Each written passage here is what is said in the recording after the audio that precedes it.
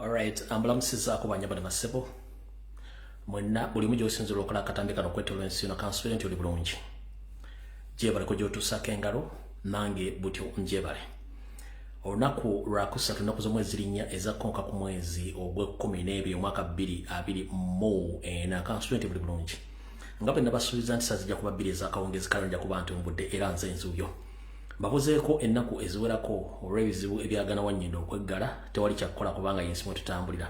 Naye nga bwe nabasuubiza nti sazijja kuba bbiri zennyinja ku bantu mbudde era nze nzuuyo kale ngenda kusaba gwe yakatoka yina ekyokola okimanyi. Tuyite mu bwangu ate tugende tukole ebirala yakatoka nankulamusiza nga bujjo soka bakuzaako mwenna buli mujjo wanga lya gyolabira katambi kano kwetola ensi yonna. Era nsooka bagamba nti mbatumiddeko mwenna bali mu ggwanga erya Amerika buli kibuga n'essaza njoli constituent oli bulungi mwe bali kukola mwe bali kugobereramu. Netumira ku bannayuganda mwenna abeera mu ggwanga erya Canada buli kibuga n'essaza constituent buli bulungi mwe bali kukola mwe bali kugobereramu. Netumira ku bannayuganda bali mu ggwanga erya Bungereza buli kibuga n'essaza mwoli nga muwangaalira mwofunira ensimbi nkulamusizaako ng'oli mu Bungereza gye bali kojja otuusako engalo. Bwe nva Bungereza mba njolekedde Ssemazinga wa Europe mbalamusizaako banyabale basebo. Mwenna abalangira n'abambejja abasiisiira ku mutala oba ku Ssemazinga Europe constituent buli bulungi mwe bali kukola mwe bali kubeera wano mwe bali kwagala nsi yammwe. Kale bwe ntyo nze mbabuuzaako mwenna bali Europe mbatumiddeko mwenna nga so sijje muntu yenna constituent mwenna muli bulungi. Bwe nva ku Europe mba nserengese ku Ssemazinga wa Asia mbalamusizaako nnyo benna banyabale basebo. Mwenna abalangira n'abambejja basava ne bannaava abawangalya ku Ssemazinga wa Asia constituent buli bulungi mwe bali kukola mwe bali kwebeeramu ate bali kwagala nsi yammwe. Mva ku Ssemazinga Asia mba njolekedde Middle East. Mbalamusiza nnyo bakomredi mwenna abawangalya Middle East mu nsi yonna woolinga y'Abawarabu constituent buli bulungi mwe bali kukola mwe bali kwebeereramu ate mwe bali kwagala nsi yammwe. Naye constituent buli kimu kitambula bulungi. Nange mbabuuzaako mwenna ng'oli mu nsi ya Mwarabu wagenda kukola wagenda kunoonya ssente nga muli kiyumba constituent buli bulungi mwe bali kukola. Bwe nva Middle East mba njolekedde Ssemazinga wa Africa mbalamusizaako banyabale basibu mwenna abali ku Ssemazinga Africa bagenda okunoonya ekigula Magalidi bangoli muna Uganda gye baleko gy'otuusako engalo constituent gitambula bulungi nange ndi bulungi era bibegere bino ebindeese okubabuuzaako. Bwe nva mu Africa mbanjire mu Uganda wakati abali mu Uganda mbalamusizaako mu mambuka mu Baserengeta mu bukiikaddyo buli wamu wonna w'osinzira okola akatambi kano constituent oli bulungi bwe bali kukola bwe bali kwebeereramu. Nze ntumbudde nga bwe nabagenda nti nja kuba ntumbudde. Nkomekereza ndi mu Kampala wakati Mukono Ntebe Kampala Wakiso mwenna mbatumiddeko constituent buli bulungi abali mu Arcade abali mu maka gammwe abali mu taxi abavuga boda abali mu Butale mwenna mbatumiddeko constituent buli bulungi bwe bali kukola. Bwe mmala babuuzaako bwe ntyo ngenda batuma mwondetera abantu bano wammanga. Njala mwondetere abantu bonna abakola mu katale akapya ake Busega mubandeete bonna abasuubuzi abakola mu akatale ke Busega kakapya mubandeetere wano ku vidiyo eno. Njala mwondetereko minisita wa Kampala Misaka bantu bale ku vidiyo eno. Nsaba mumpite president wange Omululu Kyagulanyi Ssentamu nkusaba obeereko wano na security information gy'okuwapone loop gy'olusenyonye mu conferences zaake Butebi nawe obeere ku vidiyo eno. Ba MP mwenna mbagala ku vidiyo eno. Njagala abakwasaganya Bank of Uganda mujje ku vidiyo eno. Abasajja ba NRM mbere ku vidiyo eno Yoseri tibahabulwa nkukomeddewo mbadde mpumuddemu ennaku ezo nkomyewo Yoseri nkomyewo. Salimu Salinja alobere ku vidiyo eno. Salonga Mulengeja wasanya futu badde Mmengo naawe nkomyewo njagala obere ku vidiyo eno bagikusindikire ogiwulire bulungi nnyo kuba nawe nkwetaagamu olwaleero. Abasigadde tujja kubatambula mpola mpola. Njala mumpitire mumpembe James Birungi akulira Semwaye. Njala mumpitire omukulu akulira amyoka akulira ISO Emeka Tabazo obere ku vidiyo eno n'abantu abalala bajja tusangayo ku vidiyo nga bwe tugitambuza mpola mpola. Kale mwenna bakatuuka mbatumiddeko ngenda kuyisawo akalango kamu tusimbule vidiyo. Alright, ogw'okusharinga ogw'okwogera gwange. Kale akalango kano kabaganda baffe bonna bakomrade bali bwangale mu ggwanga lya Bungereza mwenna mbatumiddeko nnyo. Kagamba bugata People Power Nope UK chapter end of the year Christmas party ngene jja kwera kunaku z'omwezi 30 mwezi ogwa ndako yaggwadda ndowooza yawedde kubenda ku ndaba 3 November already naku z'omwezi linnya. Kale akalango kankaleke akalango kabadde kakoze eki. Kale ndowooza party yawedde yabadde eyo akonkalese kati njala tutandike ne video bulambalamba. Ngenda kusooka kukola security alert bwe mala okuyisa security alert then nkole program nga bwe ino okubeera. Okusookera ddala njala mu mpitira wano omukyala gwe bayita mukyalo nali namwesonyiwa saala nnyo mwogerako naddala bannamawulire abakola ku TV z'Uganda basaala boogerako ate n'ekirala siri nnyo muntu alwana ennyo entalo n'abakyala saagala nnyo kulwana ntalo n'abakyala ku social media kuno ne ba social media saagala nnyo ntalo wakati wange n'abakazi sikyetaaga kuba nzalibwa mukazi abakazi bawe ekitiibwa naye buno bakanjala busindikira bannamawulire monna abakyala bali Uganda bali ku mawulire ngenda basaba ndowooza amawulire agamu ng'esonyi mugaleke temujja gasobola saagala mufuuke nnyo ekitagasa ku media nkiddamu kano ke kalowoozo kenka kabasabe ngenda kusaba abakyala bonna abali ku media naddala bali ku social media nabo bali ku mainstream medias ngenda basaba waliwo ebintu bitasobola gendamu omukyala bw'ojja ku social media n'olaga nti gwate emboozi za lugambo nnyo oba olina ekifaananyi ky'osindikira eggwanga nti abakazi bonna kati ba lugambo nnyo tebakyalina mugaso jjukira nti abakazi ekibawasisa okubateeka ewaka mufuuka bakuumi ba byama naye munajja ku social media okutandika okwogera ebigambo bitakwatagana ng'empale za Museveni mwolina ekitiibwa ky'abakyala nammwe kennyini okweweebula omukazi buli oyogera ekigambo nga tekikwatagana ng'empale ya Museveni oba oweebula ekitiibwa ky'omukazi ngenda basa mwenna abantu abali ku mainstream media abakyala nga mu mainstream media ne social media nga temusobola kwogera bigambo bituufu ensonga ez'okwogera ebigambo bikikinike mu biziveeko muswaza ekitiibwa ky'abakyala njagala basa busabi ekyo mukiteeke mu nkola alright ntandise bwentyo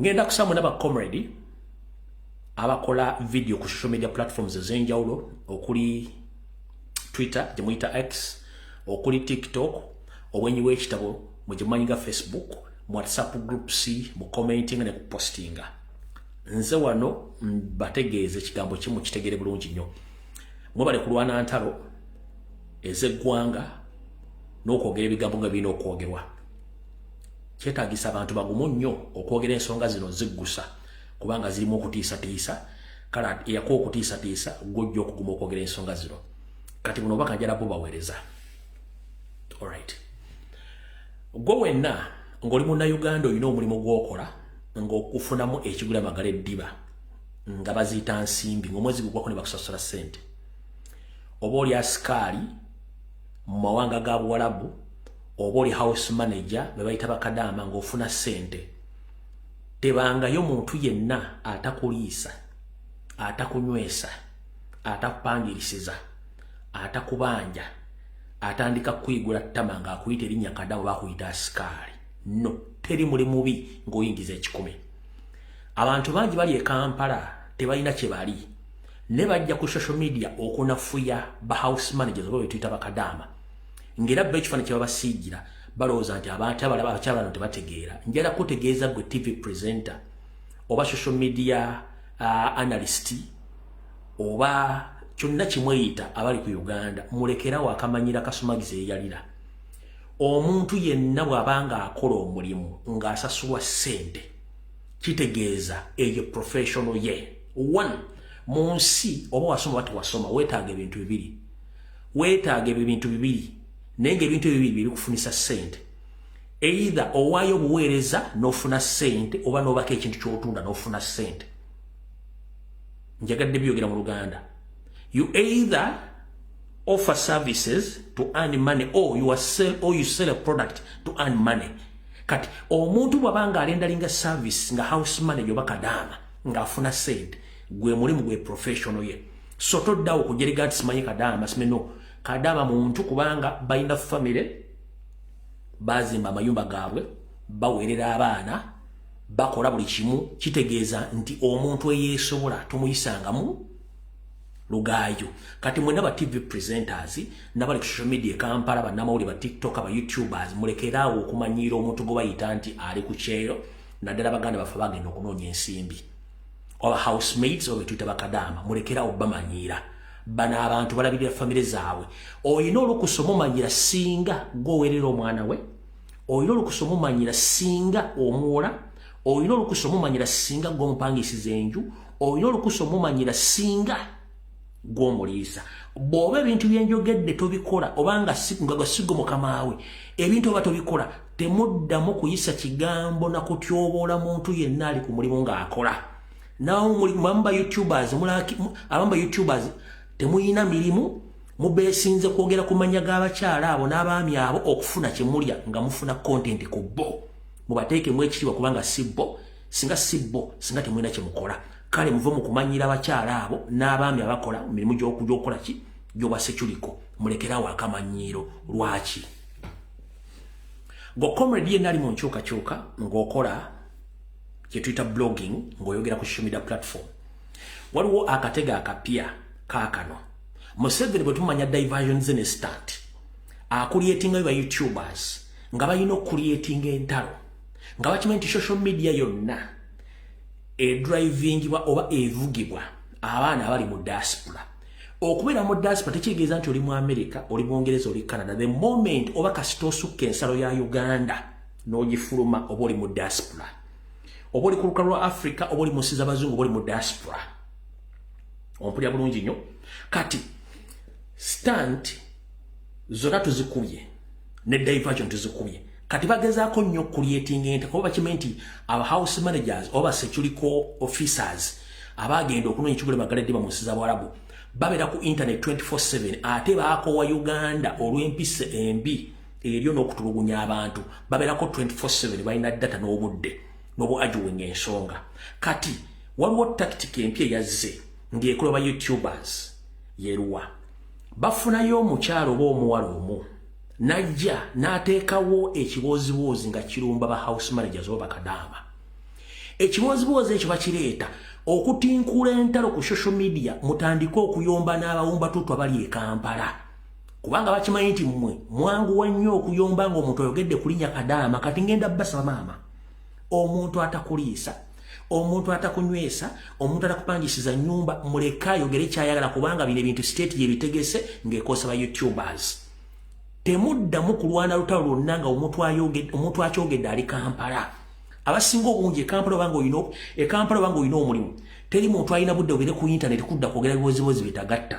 Abasinga obungi abali biboozi ebyo obufumbo bw'abalema tebalina bya kukola bo bennyini bayinza n'okuba nga tebamanyi batudde nti bwe bali batudde boogera. So ngenda kukusaba gyenna omuwala ali mu housemaid, house manager oba security officer ng'oli mu Middle East oba oli mu nsi z'abazungu temuwa budde muntu yenna ali Kampala kubanga Museveni kyayagala okulietinga entalo zino mubere ku social media muve ku nsonga ezikwatagana ku nsi yammwe batandiko bayombesa.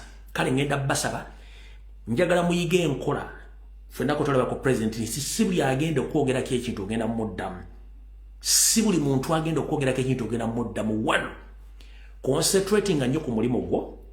Tunuulira omuntu akuvuma nga takulisa takunywesa nga mbanyonyodde tomuwa budde kubanga naye ekyo kyazza okukola bamuwadde ssente okujja okyogera akunoonyeeko olutalo. So temuwa bantu budde n'ebira bingi bigenda kujja. Bagenda kuleetayo ne vibe egamba nti ababoda tebategeera olutalo balukulietinge kuba boda. Bagenda kuleetayo vibe egamba nti bakola mu arcade bonna basinga obungi bamalaaya. Ekyo nakyo bakikuliyetinge. Bagezaako nnyo okuliyetinga entalo ziveeyo abantu batandika okukola ki okuyomba nga bakikosa social media okuba nga bakuliyetinga divisions ezo mu bantu banna Uganda. Kati ngenda kusaba mwana muwala yenna house manager bambi ngenda kusaba toddamu kusindika kigambo kyonna ekivumu omuwala yenna nga yatandise olutalo ne kadaama. Omukyalo oyo mwogeddeko ebiseera ebisinga mweta Zubeda namwogerako luli n'agezaako okwagala okunnumba ne muwoninga naye mukyala gwe Zubeda byantalo ngenda kusaba ekigambo kimu. Bw'oba toli munnamawulire nga wafuuka YouTuber ngenda kusa ebintu ebimu byesonyiwe. One, entalo ezirimu okulietinga okuvuma abantu naddala abantu abafuluma eggwanga zeesonyiwe kuba tomanyi bantu kye bayita mu Bulaaya. Oba oli wa security, oba oli akola bwa house manager, oba oli bus driver, oba oli neekolera gyange, please ebintu bwe muba mukulietinga emboozi mwesonyiwa abantu kubanga temanyi bantu lamu kye bayitamu. Gwoba oli bulungi nnyo ku mboozi zikwatagana ku famire naawe ng'omuntu. So mulekerawo kulietinga entalo ku social media. Ekyo nkibasabye oba nkikusabye mulekeraawo. era wono bato kikomeza tulaga olese kati watandisira bakadama twalotegedde singo noddamu nolete ekigambo kyonna nga kivuma omuntu yenna gurupu y'abantu abeekolera emigimu gyabwe muganda wange omumanyi bulungi nnyo njala kukulozaako buloza olina ebyennyanja mu ngalo bwe mba njogera ekigambo nti olina ebyennyanja mu ngalo oba olina ekyennyanja mu ngalo statement gyenkoze ogimanyi weesonyiwa abantu abaafuluma ogenda okukola kubanga tomanyi lwaki baagenda mwe muli Kampala muli ku ssente za gavumenti musigale okwo wabula statement giga nti olina ekyennyanja mu ngalo oba olina ebyennyanja mu ngalo kyenkugambye statement bw'oba ogitegedde bulungi nnyo weesonyiwa abantu abagenda okukola entalo zemukulyeti nga muzikomyawo awo tuvuddewo kati waliwo omukyalo ono nga sinagenda wala nnyo nagaana omuwa obudde nerero kambumuwe omukyalo ono yali akola ku Baba TV mu mmayo mwita Namukasa nga mmanyi titera kuvuma nnyo bakyala era siyomba na bakyala omukyalo ono yampalampa nnyo mabegako nga akyakola ku Baba TV saamuwa budde kuba siyomba na bakyala era mukyala Namukasa buno baka njala bukusindikira bakuweereze ndinze ng'omuntu mpa ekitiibwa bakyala era siyomba na bakyala wabula kuno okulabula kukanjala kugamba nti ensonga ezimu zeesonyo tojja zitegeera lwaki wagenze n'okola ka video kano ng'ogezaako okulaga abantu abagenda okunoonya obudda mu ggwanga lya Canada nti bagenda badipotinga olw'okuba gavumenti ya Museveni yasindiseeyo baloya ba gavumenti bagende babisha ne migration ku misango gy'abantu abeeyita nti badduka mu Uganda gavumenti ebanoonya gwe n'ogamba nti olina information aga nti bagenda batikka wano mukyala Namukasa njala kugamba ekigambo kimu ensi gy'oli mu Uganda yandibadde eri better than other countries in Africa singa teyali Museveni era ensonga lwaki abantu badduka okuva mu Uganda factors ziri bbiri emu eri political endala economical factors ziri bbiri omuntu singa gamba nti factor gyagendeddeko eri political eri economic egobera bugoberezi thereafter nga amaze okufuna kyayagala naawe siggwe ali obulungi okusinzira mu ndabika n'ebigambo byoyogera kubanga omuntu ali akozeko ku TV bw'otandika okusabuka ebigambo kitegeeza nti oloozinga credibility kansooka enkunyonyola nga sinazanya ka video kano one ensi ze tulimu ne ba comrades bali mu Canada ensi zino zaasooka kukola mateeka era eri abazirwani okutuuka we ziri wazza n'okola ka video kano simanyi oba omanyi amateeka oba togomanyi mateeka waliwo endagaano ezaakolebwa ku mutendera gw'ensi yonna oba ze bayita Geneva Convention laws mwe mulina amateeka agatwala ba refugee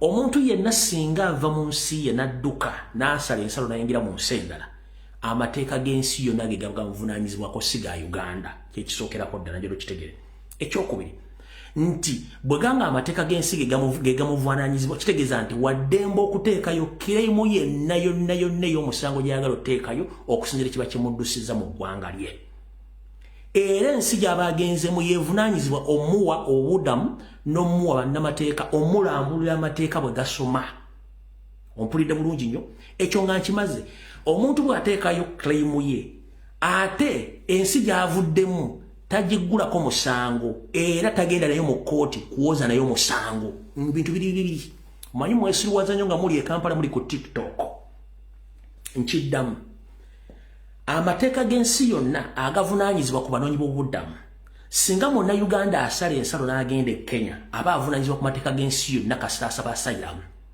ompulira bulungi nnyo era ensi eyo eteekeddwa omuwalooya okumuyitira mu mateeka n'okubabuulira ebizibu byonna ne balaba amateeka akyagagenda omukuuma n'okumuwa obuddamu ensi gy'ava tagiggulako musango era ensi gy'ava teggula musango ku nsi gy'aba alaze no era tebaggulawo musango opene mu kooti nti omuntu oyo avudde mu Uganda agenda kuwoza n'eggwanga lya Kenya bazze omuntu oyo tekisoboka mugenderere nga mukola video zino muri mu Uganda mukola blackmail no propaganda okubuzabuza bannayuganda batamanyi mateeka mukyala Namukasa si kuvuma wabula nkutegeeza bwe bakusindise nga mutandise okwagala okubuzaabuza abantu mu kikomye.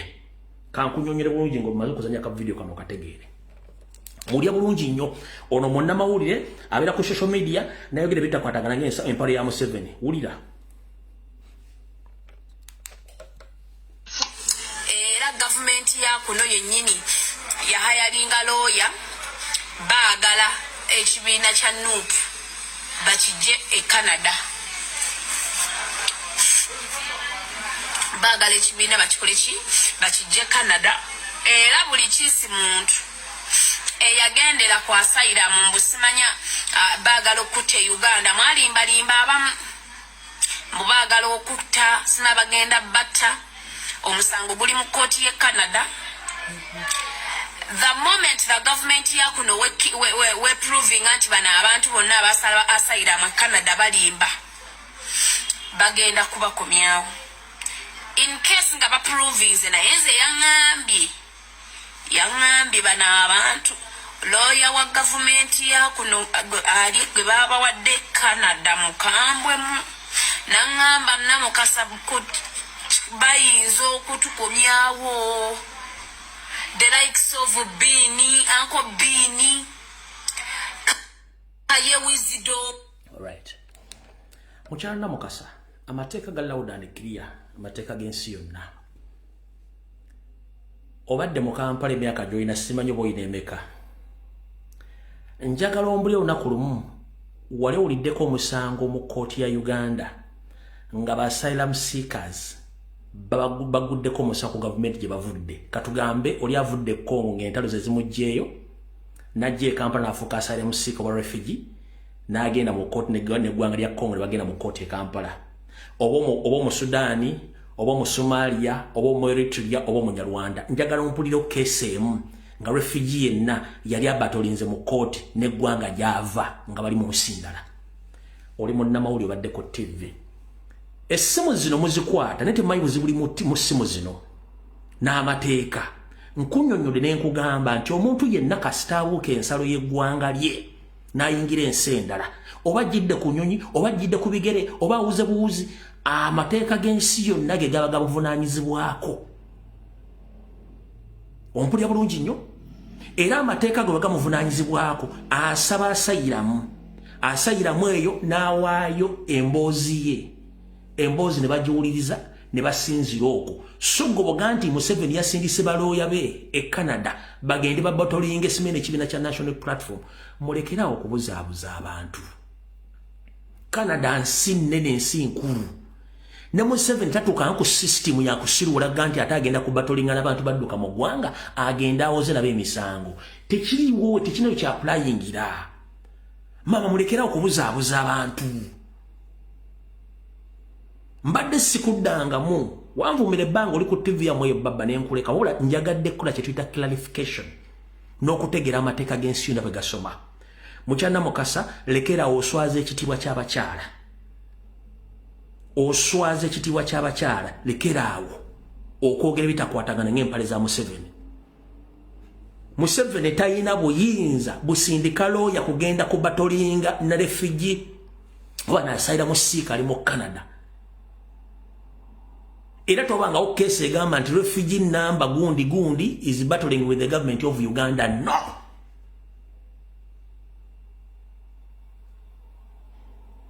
Asayira musiika eri ebeera personal issue eyamuddusa mu nsi n'agenda gy'alaga. So there is no need Museveni asindise balooya ekyo kikyamulekerawo okubuzaabuza abantu. Saagala kuwa budde bungi nnyo, njagadde kola clarification. Ate wandikola ekintu okulumya omuntu n'owunzika ng'oyambye muyambe ekkiriza. Waki? Mu system ya Museveni ya divide and no propaganda baakugambye okole video eno. Naye kino kyewakoze kiraga nti abantu bali Canada ba asylum seekers abajja nga bajjidde ku oba bazze badduse bya bufuzi.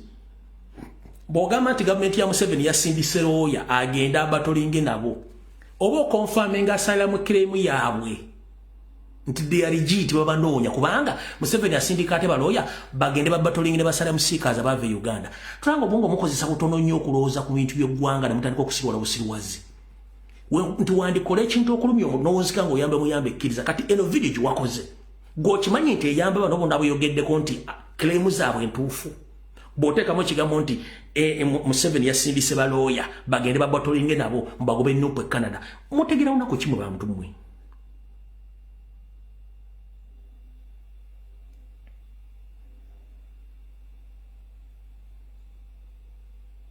oba otegeera lunaku ki statement eno video gye wakoze yokka ne bagitwala mu kooti bano basaliramu claimants ne bagitwala mu kooti ng'erimu ekigambo nti Museveni yasindise looya agende Canada migration abatolinge n'abaana ba Nuupu ne Nuupu kiba kiwedde that is a confirmation that government ebanoonya lwakuba nti mwe mubeera ku TV ne mukwata essimu nga temusobola kumala kusengejja bigenda okwogera kyenvaga nti wandikola ekintu okulumya omuntu n'owozika ng'oyambe muyambe ekkiriza eno video yokka esobola okukamalamu kangikuddemu dakiika emu yokka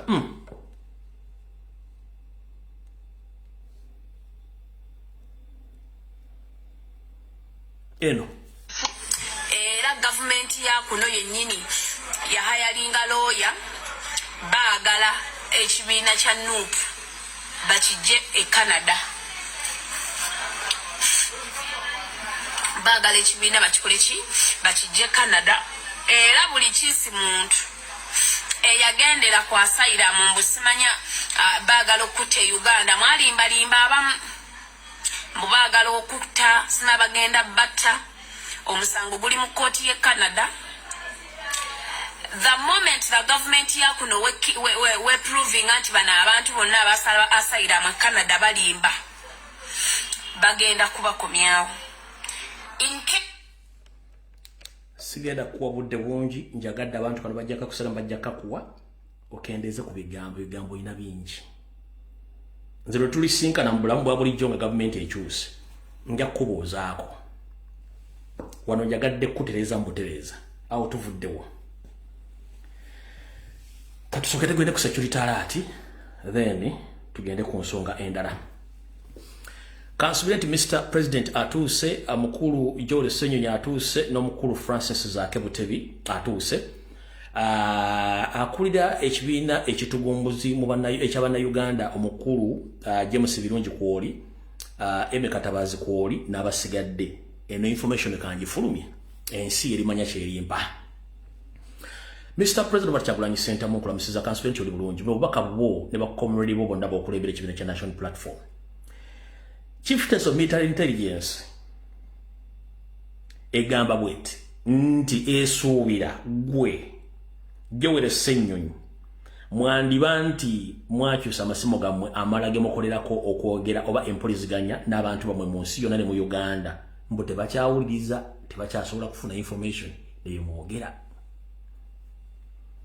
mpulira bulungi nnyo Chieftains of Military Intelligence mbwesuubiriza nti gwe n'owekitiibwa Joel Ssenyonyi mwakyusa amasimu gammwe nga yo geemanyi tekyasobola kuwulirizaako nti wadde Sisiri tumukooye oba simanyi biki mbukuba zonna ze bali bawulizaako tekukyaliko wadde akanyenyenkule akeyeyamula nga koogera so njala kutegeeza Mr. President w'okutte ku by'empuliziganya weewo tojjirako ddala kasita owulira nga bawoloma ng'omanya nti bayidde message esoma bwete Chieftains of Military Intelligence suspect that Robert Kyagulanyi Ssentamu and Joel Ssenyonyi have secret phone lines semi non-tapping because not registered in their names.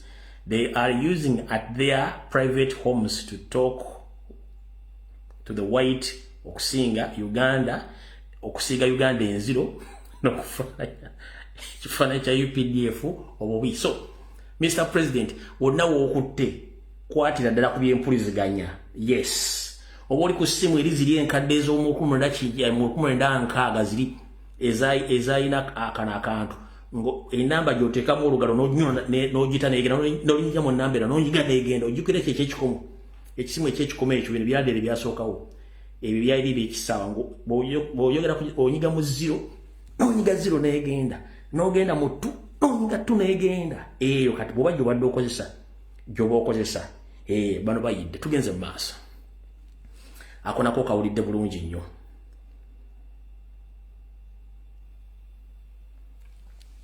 nakano kaaka Same way, experts working with Muhanga Kahanga, they are trying to look for ways on how to get Robert Kyagulanyi Ssentamu and Zaake and Ssenyonyi baagala mu baradinga nga muli basatu oba buli mu mufino lunaku bakwate babatwale basobole okubaako gye babanyigira nga boy baagala. Ekintu kino kikuliddwa Kahanga Muhanga nga inamu n'abasajja basinziza nga muchunguzi Barnabasi bano bonna bagenda kujja nga beyambalidde nga baagala okuba nti bakola ebintu baagala. Era mu workshop zemukola ngenda kusaba Mr. President workshop zonna ezikolebwa e Kamoocha ne meeting ezibeera okwongera ku security n'okukebera abantu ebyogera byabwe babaze okusinziira wawe bazze okusinziira ddala e Kamoocha ku ttendekero ne ku kitebe ekikulu babenga tebasobola kujjanga betadde mu kiti ekitali kyabwe. So ekyo nakyo muberenga mukimanyi bulungi nnyo. Era bagamba nti semwayi ng'ekozesa abavubuka baayo ab'omu Lubigi kuno okuli Nuwabiine Ibula ne Sulambaya bano basindikiddwa Mityana okugenda okunoonya Honorable Zaake tiimu y'abantu 5 ey'abasajja baagala okutta Zaake. Era bapulaninga ebijambiya nga nabategeezezza mu constituency y'omukulu Zaake. So nno njagala kutegeeza mukulu Zaake kasitoba nga gy'oli ebintu bino bitegeere bulungi nnyo ebigenda okubeera mu constituency yo obitegeere bulungi nnyo. Alright. Kati kano mukawulire bulungi nnyo. Mulabeka video akagenze ku mutimbagano nga omukulu wa Sanyakawo Charles Peter Mayiga ayogera ebitakwatagana ng'empale za Museveni agambye mutunde ettaka mulye ssente zammwe. Nenjala bagamba nti omukulu ono weyajjira mu Buganda mukulu Katendo muleeta yayita yenadde ekijiko ky'ettaka n'ennyumba mwasolerweza naye yamwannyina nabagamba dde kino mugamba ki proving wrong kyamulimo okuprovinga. Nsaba okuluma kutukwa Ssaabasajja Kabaka newankubadde olunaku lwakusatu omula opera omutegeeza nti omukulu ono enteekateeka yali ekuwaayo olubiri ekyamutuddemu ng'enjovu bwetudde mu nannyiniyo Njovu Enterprises.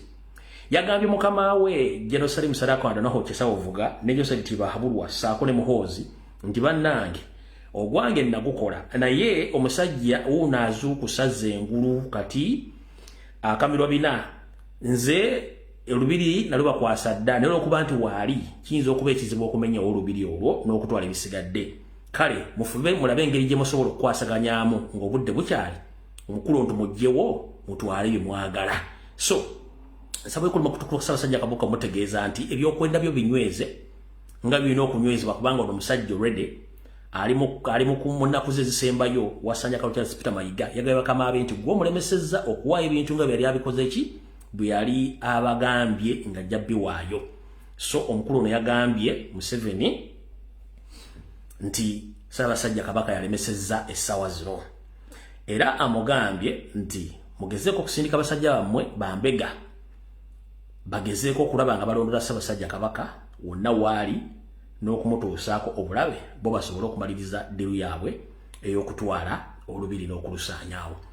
Mwenna abayita ku lubiri Emmengo luzamukira nti olubiri luno lwagwamu ku sayidi eno esayidi eno eya wansi ku ludda lw'Ekatwe ne bukyanga lugwamu wattu baasiba obusibi buveera bwa kiragala era baagaana okukola ki okuluddamu okulutereeza nga bwe kirina okubeera kubanga ssente mu nkuluze mweziri. Lwaki? Kubanga baagala okukola omugguukiryo ogw'okutandikirako. Awo nawo nvuddewo. Gwe wenna muganda wange ng'olina muganda muganda asavinga mu UPDF wuliriza bulungi nnyo.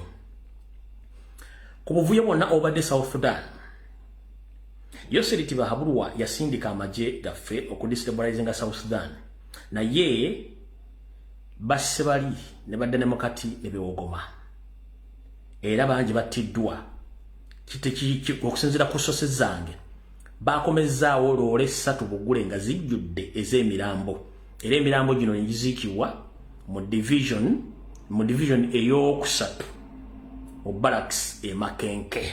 Message esoma bwete. Museveni secretary sent troops to destabilize South Sudan, but they have been killed. March. This weekend we have brought back 3 lorries full of dead bodies of UPDF serving officers secretly be buried at our 2nd Division barracks in Makenke. So mutegedde bulungi nnyo. Bakubye bali ne babatta ne babaleka ne mu luki ne baleka ne mu kkubiro. Jjukira eggwanga lya South Sudan buli jeno ayina ekitundu kye kyafuga ensi yafuuka failed state kino kyo mukimanye. Kati awo nawo mutegeddewo. Kati waliwo kyenjagala osooka okusumulula wano then tulyoke tugende mu information yatuleese bulungi nnyo. Akamayiga ke kano wano oba naakaddiro bansooka eno information. Ndoza kansooka eno information ndokonkomuna akamayiga. Kansooka nzine information. Alright. Mubadde mulabanga Museveni agamba nti waliwo ennyonyi y'Amerika eyajja netandika okumubega ng'ebega okuva Entebbe negenda nebega mu bizinga Esese negenda nebega eno mu barracks eno kusaidize nebega Bombo negenda nebega ne Kasongola nayingirako ne Kongo era mubeze nnyo atidde. Kati mubadde temumanyi lwaki kino weekiri. Of course alina okwogera okulaba nti atya naye entabo yavudde ku ki? Entabo yavudde ku kino era tebannakibagamba. Okusinziira ku mbeera nga bweri eggwanga lya Kenya mu butongole lirina banka lirimu ku mawanga ga Africa amatono ennyo agayina banka enkulu eya Amerika nga balina ettabi lya banka eyo mu Amerika mu Nairobi. Era gyevuddeyo katono lyateekebwa eggwanga lya Kenya lyateekebwa mu ba members teribadde NATO member ne lyateekebwamu oluvannyuma era ne balikkiriza amawanga gonna agegattira mu NATO ne gakkiriza nti gagenda teekawo okwegezesaamu okw'enkizo omwaka ogujja. Era nga kutandika gugenda tandika ngenda basomera bulungi nnyo. Message esoma bweti. The newest major non-NATO ally Kenya, US begin planning justify code 2025. Message bwesoma. Kanji basomere musoke mutegere lwaki ono omwami akoze eki lwaki atidde kodi bwetyo bwesoma. Wamugira bulungi nnyo kodi bwetyo bwesoma. Kati kamba somere bweti. Vicenzo, Italia. The initial planning event IPE for exercise justifying a code 2025 in bracket JA25 took place from June 20th 13th stage 4 multinational military exercise scheduled for February 10th to 21st 2025 in Kenya. This crucial event brought together a diverse delegation including representatives from Kenya Air Force, Navy, Army to collaborate strategically and logistically aspects of the upcoming exercise.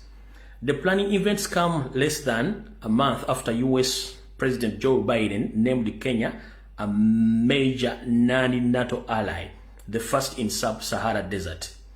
JA25 is posed to be significant military exercise aimed at enhancing the cooperation and interoperation among the participant nations. Event in Vence focus on the fine-tuning the operation framework during all that participant forces prepared for the challenges ahead. This year exercise will prominently feature the multinational field training exercise at the counter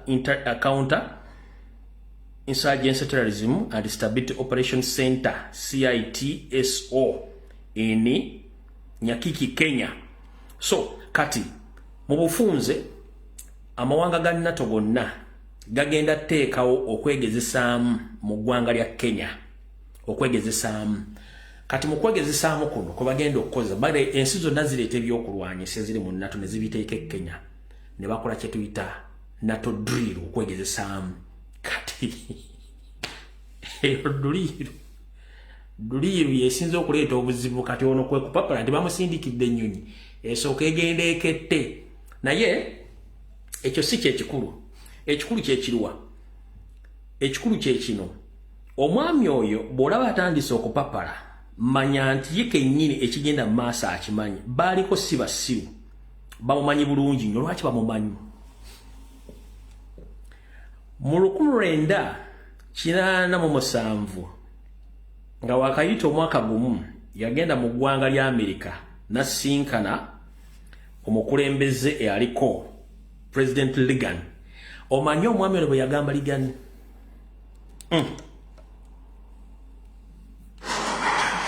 Mr. President, I started fighting Gaddafi before you started.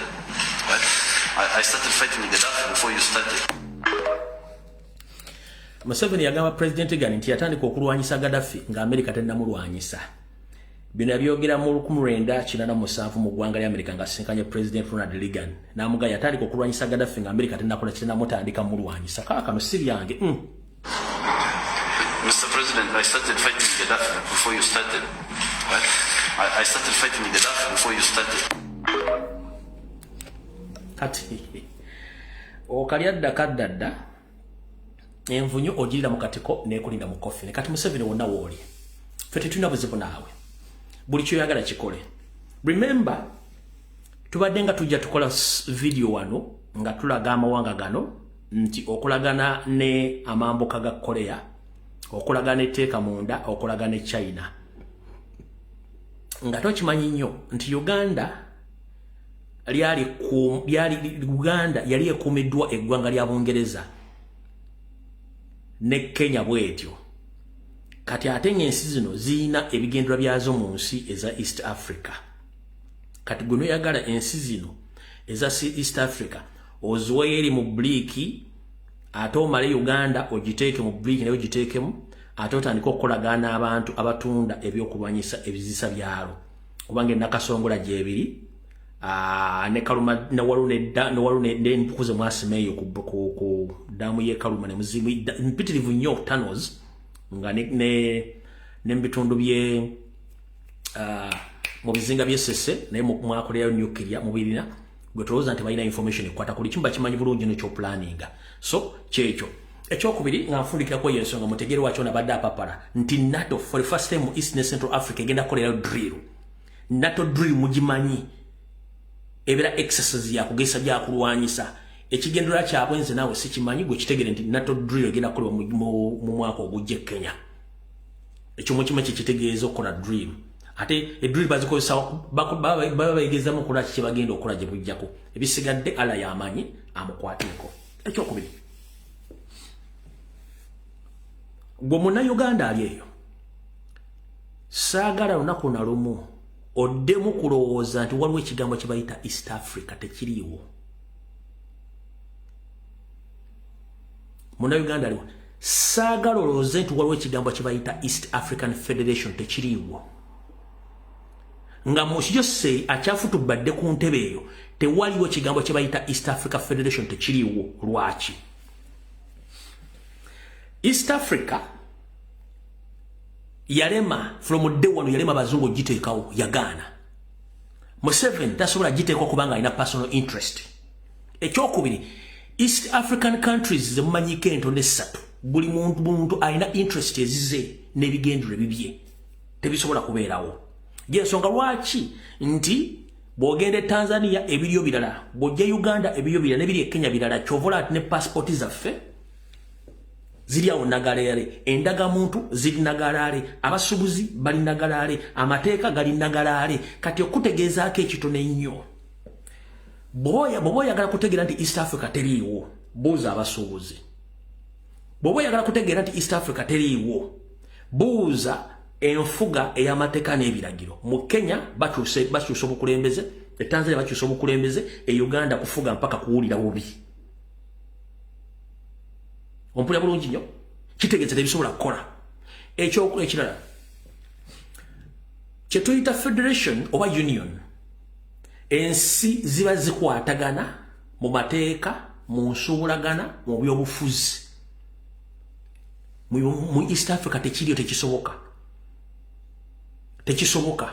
abeera mu European Union mujja kuwa abantu bano example nti ensi kasita bange eri mu Schengen bali mu European Union amateeka gaazo gakwatagalira ddala era buli kimu kitambula bulungi nnyo mu Uganda oba mu Africa tekiriyo so teriyo East Africa teriyo yensonga lwaki nti Kenya identification zaabwe national identification teziggwako Tanzania national identification teziggwako aziwero ne Rwanda mu Uganda ezamu ziggwako yensonga lwaki bagambye nti teri muna Uganda agenda kuddamu kusalimbira mu ggwangiro nga talina passport ndagamuntu ezikyakola kitegeeza ki there is no East Africa Federation tetuyina single currency teriiwo tetuyina judicial system nga East Africa ngekola teriiwo tuba tuyina ki nkubuuza muyina ki tetuyina common market teriiwo mba muyina ki so olitaddawo nakugamba nti muyina East African Federation oba Union teriiwo nfuwe fufu tekiriiwo just kwebuzaabuza nga bafuka banaaba tekiriwo muza mukitegedde bulungi nnyo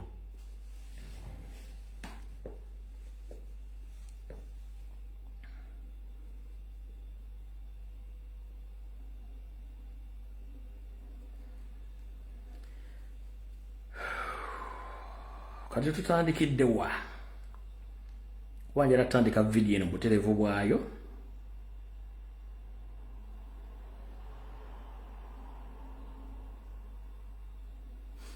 ndoza katandikire wano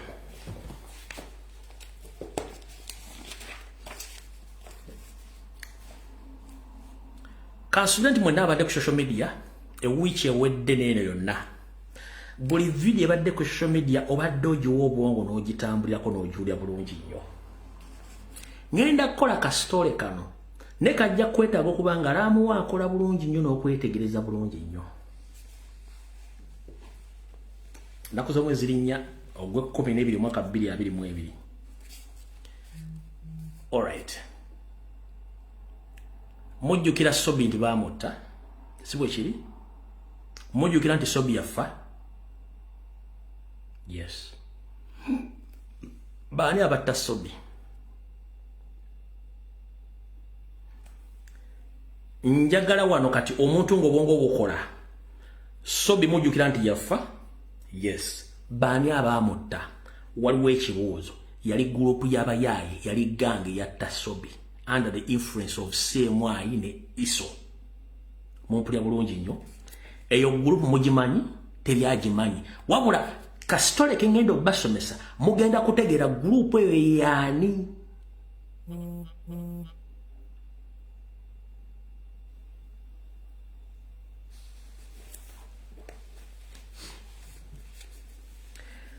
kuganga ezigenda maaso mu Kampala zonna ezisinga obungi n'abazikulira bakolera gavumenti era be bakola mu safe house okutulugunya n'okutta bakomuledi baffe n'okuwamba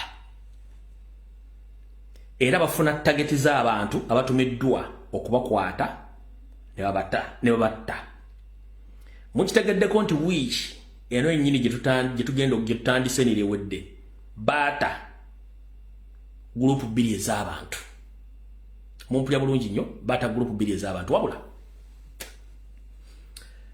njagala muddemu statement zonna ezaakolebwa gurupu ezo onokoleremu statement gye bayita nti nze ndi machinery mu statement zonna ezaakolebwa gurupu nnoonyezaamu akagaka oli we yagambira nti ye machinery genda onoonye mu statement zonna ezaakolebwa wiiki ewedde nga batadde gurupu ezo onoonyemu oli yakola statement gye bayita machinery nti ye machinery kati ogenda kufuna ansa yonna nga wabadde ogyagala era webuze ekigambo kye bayita machinery genda ku ssimu yo okinoonyereza ojja kufuna ansa state mutegedde bulungi nnyo bamutegedde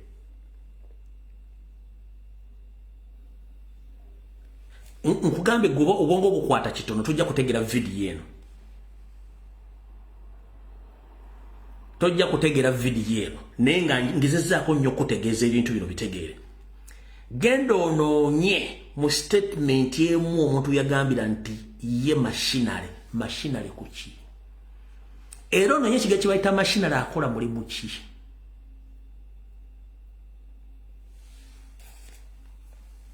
Lwojja otegeera. Ebisigadde mwenoonye mukozese obwongo bwammwe. Oli wagamba nti ye machinery.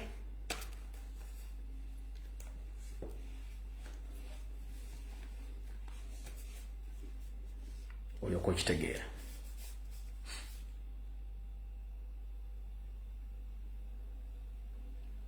Era mujja tegeera ani yatta Sobbi. Era Sobbi bwe yafa ani akola emirimu gya Sobbi.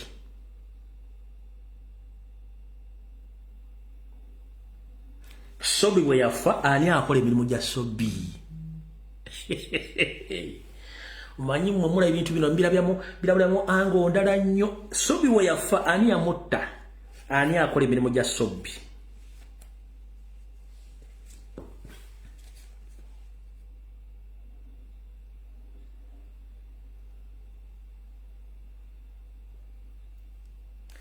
Ani yatta Sobbi.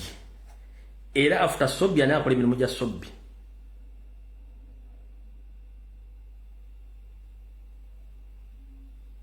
Emirimu gino bagikola ddi? Ojja otegeera. Nga mutegedde bulungi nnyo wantu, mutegedde bulungi nnyo. Ako nako kavuddeko. Tugenze ku nsonga endala. Ensonga z'ekitavu kya Uganda, Bank of Uganda.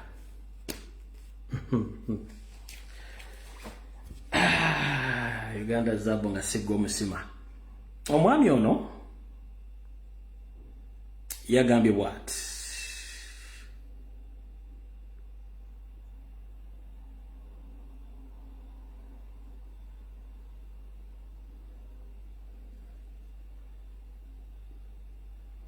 Oba agamba bw'ati. Yaluwa.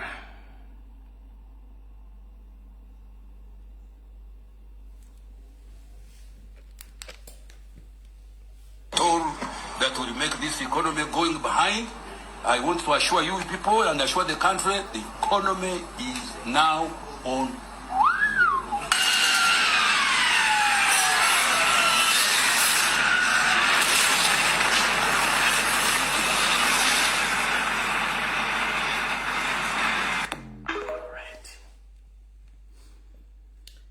Yabagamba agenda bawa assurance nga economy etambula etya. Economy etambula bweti. Sabiti ewedde amawulire gasasanira emikutu gy'ebyempuliziganya nga bwe waliwo ensimbi obuwumbi 6 ezaali zibbiddwa mu banka enkulu nga ne gyebuli eno abeenyigira mu kikolwa kino tebamanyiddwako mayitire. Minisita w'ebyensimbi Matia Kasaija amakya ga leero naye avuddemu eddoboozi ku nsonga eno n'ategeeza nti okunoonyereza kukyagenda mu maaso wabula nga n'asangibwa nga yeenyigira mu bikolwa bino wakukangavvulwa. What do things which are who are stealing money from government, including even those who are in the government? Didn't you hear me when I was telling the president in Corona? You heard me? Did you hear me? Yes. There are bad elements in society, and that one it is difficult to wipe out. The best we can do, we can investigate them, and if we find that they have erred, then you arrest them and take them. All right, Mr. Matako Kashaija. Oh, sorry. Mr. Matia Kashaija, the finance minister, how are you? Let me hope you are doing fine. First and foremost, before you annihilate each and every thing you're talking about Bank of Uganda, first arrest your boss Museveni. If you have guts or powers to arrest, first arrest Museveni, go and arrest everyone in the Bank of Uganda, and you arrest yourself.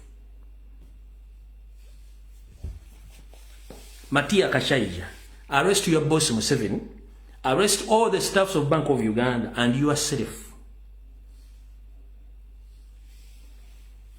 Covered the Kwandula. tebakulya sente wadde n'ekinusu. Eno information nze nagitandika era kangimaliriza olwaleero. Teri TV, kebe radio, kabere bloga yafuluma information eno nalinze. Kasoke mbezeyoko. Museveni ne banne okujja bajja babba. Nga bamenya banka, bakube motoka za banka, babba microfinance, babba ebima by'emmwanyi bali mu nsiko. Kati baatuuka bali mu gavumenti balina kubba bubbi kye basobola. Okay? Awo tuvuddewo. Ebintu ebimu tebifuluma mu mawulire era basasula amawulire butabifulumya. Yoseriti bahabulwa rutabayisirwa mutabani wa kale kyensi yeta muzeyizedde ensanga bisibe nanyini kabuyonje etambula. Buli nsi alinayo agent we ngali well off financially ate nga nabatuuze. Buli nsi yoseri alinayo agent we ngali well off financially nga n'obutuuze babulina mu nsi ezo. Nga akaunti ne beguddeko akakadde ka dola obukadde bwa dola 10 teri nduluye kuba mu nsi eyo nti sente nyingi. No. Mufunye bulungi kati. Musekaji. Mmusabira. Mwala kona vibe yange.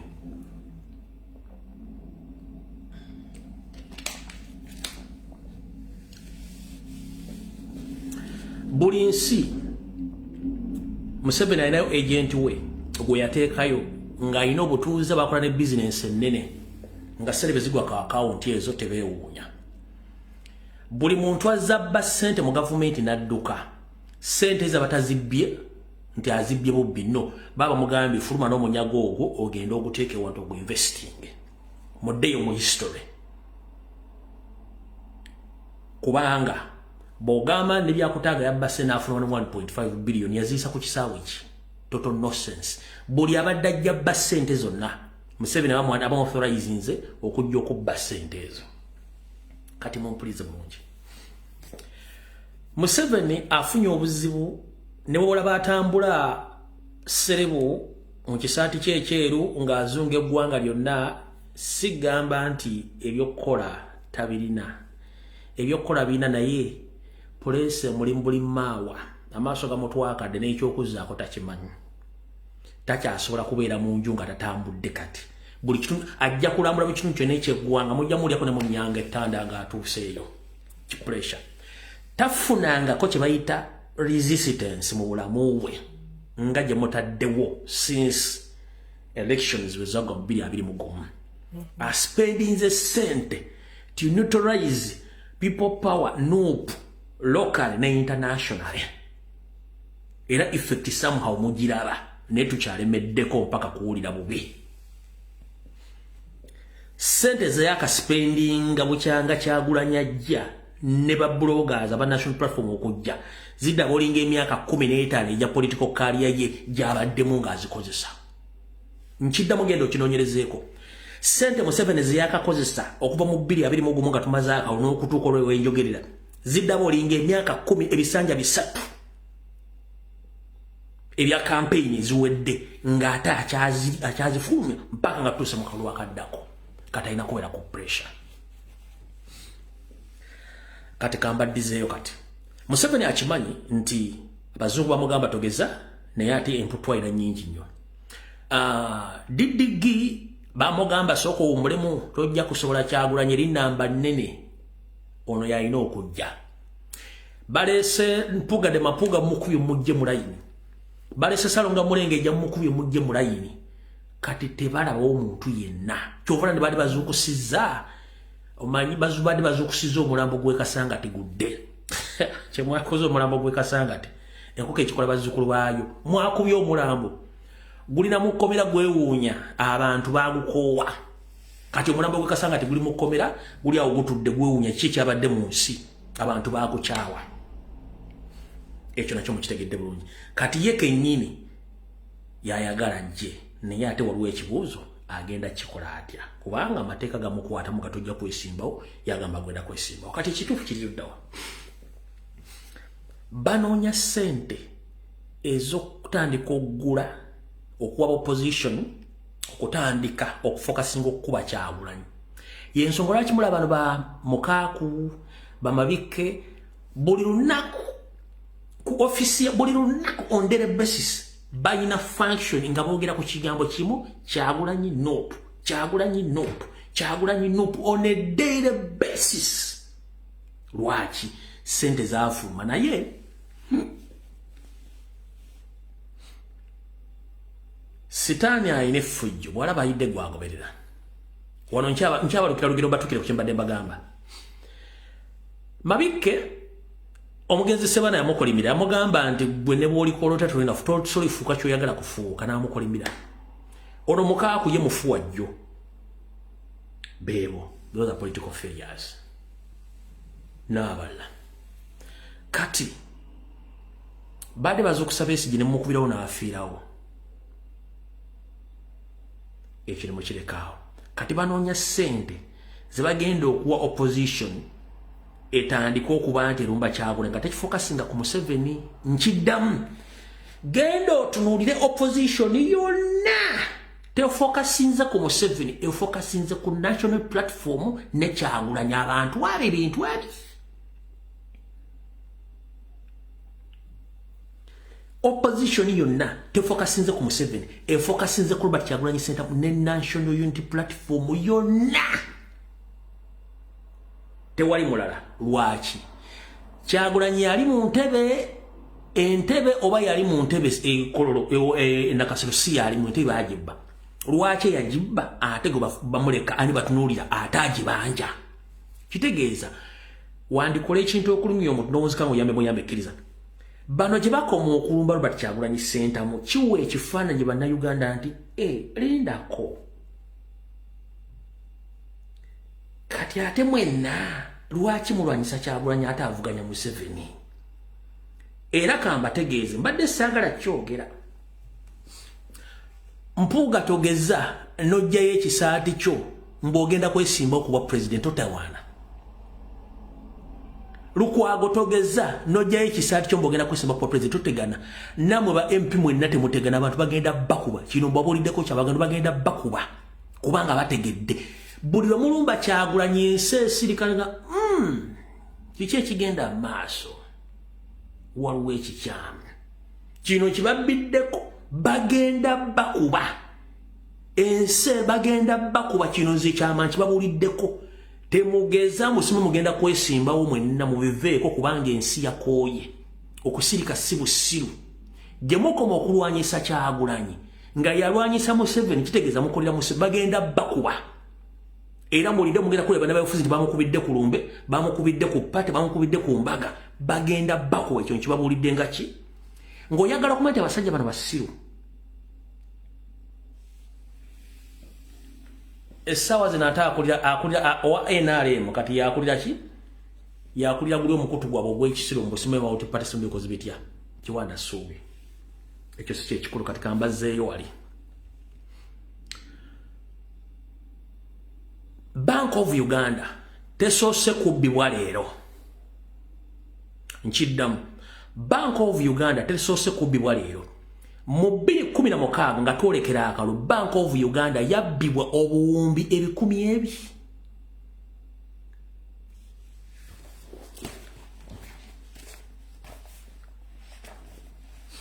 Nkiddamu.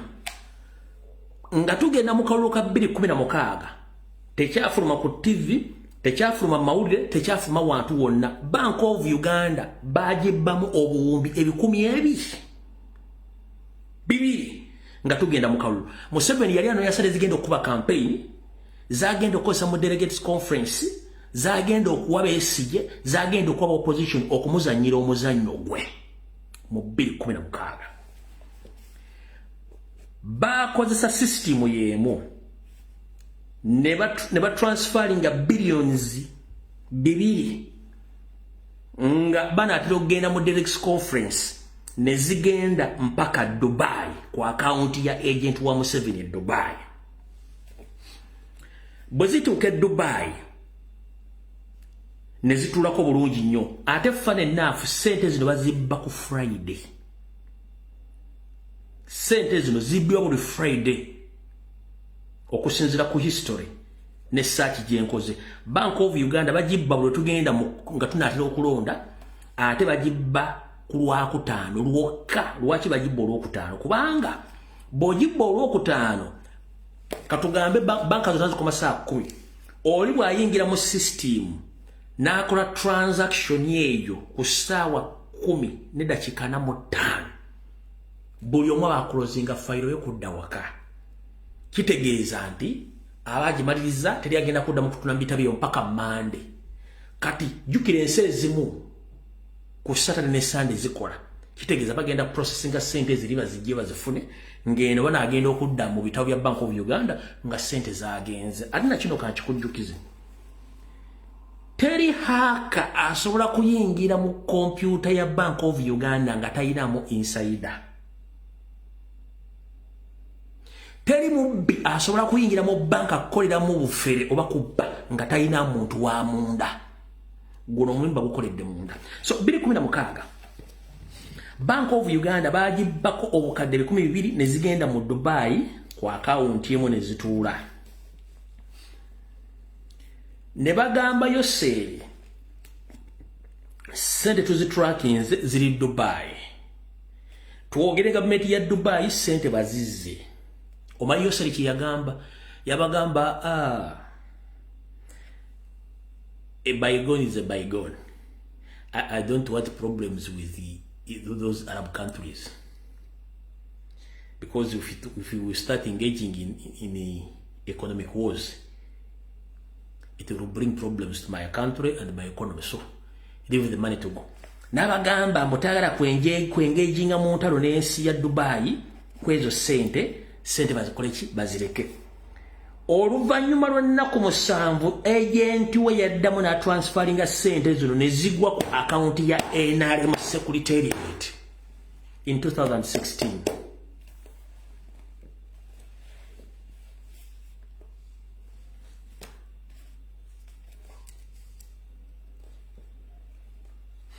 Ky'ekintu kyekimu kye bakoze olwaleero.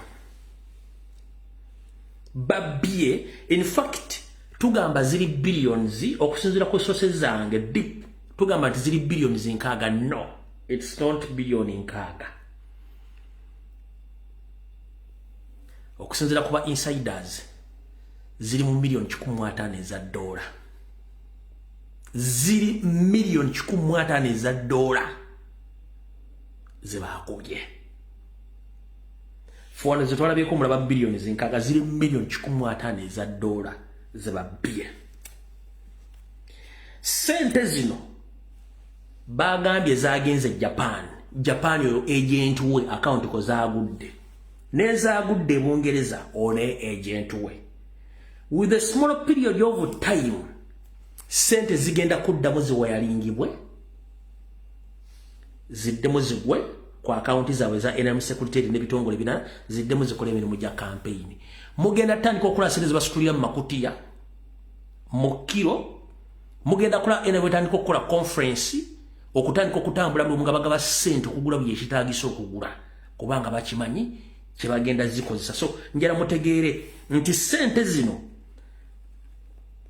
zigenda kugwa. NRM ina account mu Equity Bank. Equity Bank yani ya Janet ne banne. Kubanga sente zigenda kukola kukozesa kugula opposition n'okujjamu aba NRM balina mawagale basasule n'ebirala. So nakyo mukitegedde nti mu 2016 nabo batubba sente. Bahakazi bano abakola emirimu gino kuliko aba China, kuliko aba North Korea. Ngera company ekola emirimu gy'okubba bagita Song. Ngabo oluyimba nti Song, company bagita Song ebesinga Kololo yekola emirimu gino nga Museveni ba hackers bakozesa okufera eggwanga n'okulibba okulijja mu sente nga base ziri Kololo. Bano kuliko aba China n'aba North Korea bebakola omulimu guno. Museveni dio copy. Oyinza okoza namusobola kuma information mpaka nasi temujja kuma information. Information is power. Company z'aba China n'aba North Korea bakola omulimu guno with the help of Bank of Uganda staffs and mafia. Lwaki Gobi tannayogera ku nsonga zino?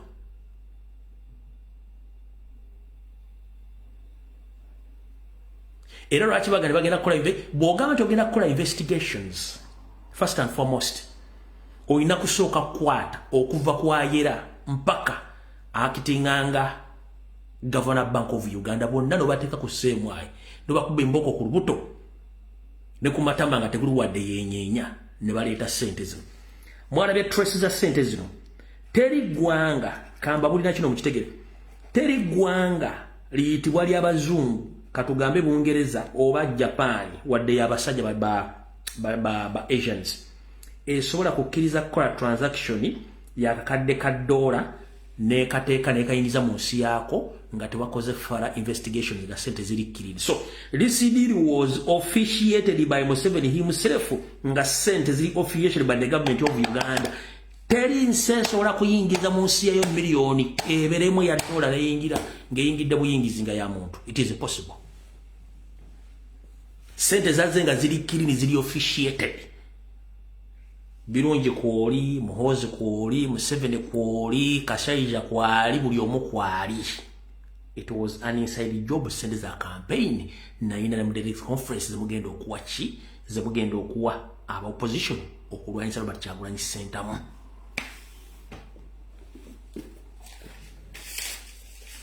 Information njiba nsinzira no kafomu gula matemu erabira otusinzira nga bulijjo.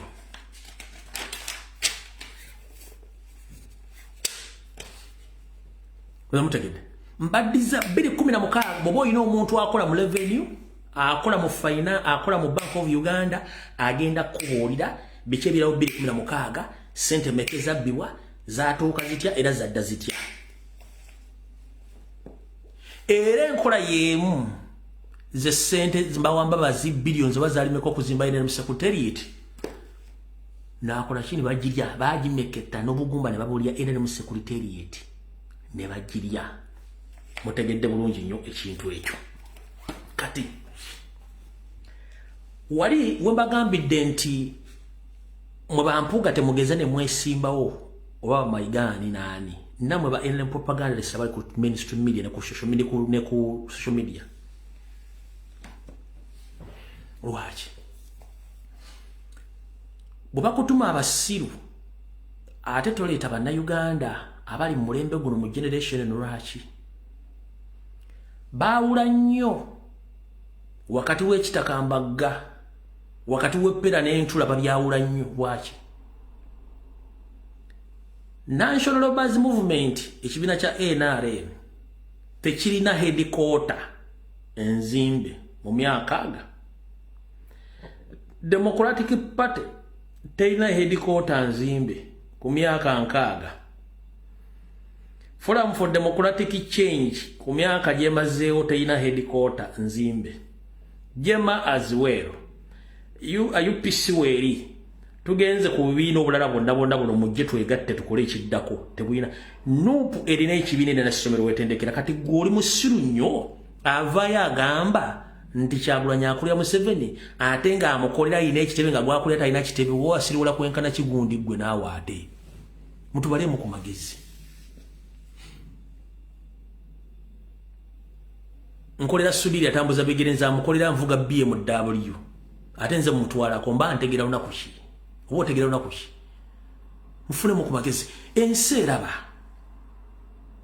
Ensera buli kimu kyobula mbaga nti kati gwe DP Block tolina wadde ennyumba y'emizigo 3 eriko ekibiina kyammwe kya DP Block mpuuga emyaka 4 oli mu byabufuzi tokolangayo wadde office nti yiyo y'Emasaka etuddeyo naye oyagala njalako esimba kwa president ate n'ekirala mu nkola eyowa Sseruganda era omuntu asomyeko abugumyeko bagamba nti musajja munno bw'akusinga ekigere togiyita njovu ate ekintu ky'otasobola kirekeranga munno n'akirya. One, bw'oba wagamba Nuupumbi nga wagivaamu tewali kikwogeza ku Nuupu ate n'ogamba nti nkyali mu Nuupu. No, tekisoboka. Teri bwoba wava mu Nuupu nga Nuupu mbi lwaki bwomaliza nga nti nkyali wa Nuupu baga nti gundi mutemu mubbi neno nga nti oyo akyali mukwano gwa n'ekyo twatulira naye emmere ng'ate mubbi nga banoonya babbi they are looking for suspects nga naawe otuddaawo mubeere mukubunga obutegeera n'otula nze ndi wa Nuupu kubanga banondya ku kaadi ya Nuupu no the moment kasitoga nti Nuupu sikyagikiririzaamu n'ebyokola sikyagikiririzaamu oba ogivuddemu automatically muleke kwefuula kye mutali buli amanyi nti wava mu Nuupu toddamu jjogera ku ng'ekibiina ky'olimu wakivaamu piriyodi kimala bw'oba okyayo omuntu mukyawe mwogende tokuba kaddanyuma akaakaddanyuma kabi nnyo ekibakubye akaddanyuma mukimanyi bulungi nnyo nti singa tayimu egenda tuuka bannayuganda gye mulabanga abataliiwo bave gye bafubutuka nga tema gye bafubutuka mugenda kukwata ku moto oli omwagenda ti kino kiribadde tetumanyi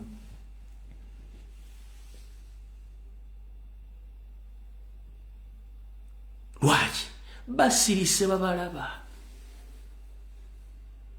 babala omuku omutyo ono mayiga ntiye ono seggona ntiye ono mpuuga ntiye ono mukaaku ntiye ono yegundi ntiye ono yegundi ntiye okay no problem nga tusirike nga tubalaba ono ekansala gundi ntiye babalaba naye babalindidde mu tayimu eri ya kampeyini omusajja ajja bayisaako tuleero oba ajja bayisaako lukulwana y'abantu oba akolera laale y'abantu ng'eriko abantu akakadde kamu abantu amu bajja batwala emulago puleesa nga zibalinnye alusa nga zirinnye nga gotusobola dde okuŋŋanya famire mu kubeera aleesooka ekyo kyo kibabuulidde kubanga abantu bakoowu ekyo mukitegeere mugezezaako nnyo okukola propaganda ne blackmail mu Uganda takyakola bagenda bakuba ekyo mukitegeere mugenda kuwa puleesa awo tuvuddewo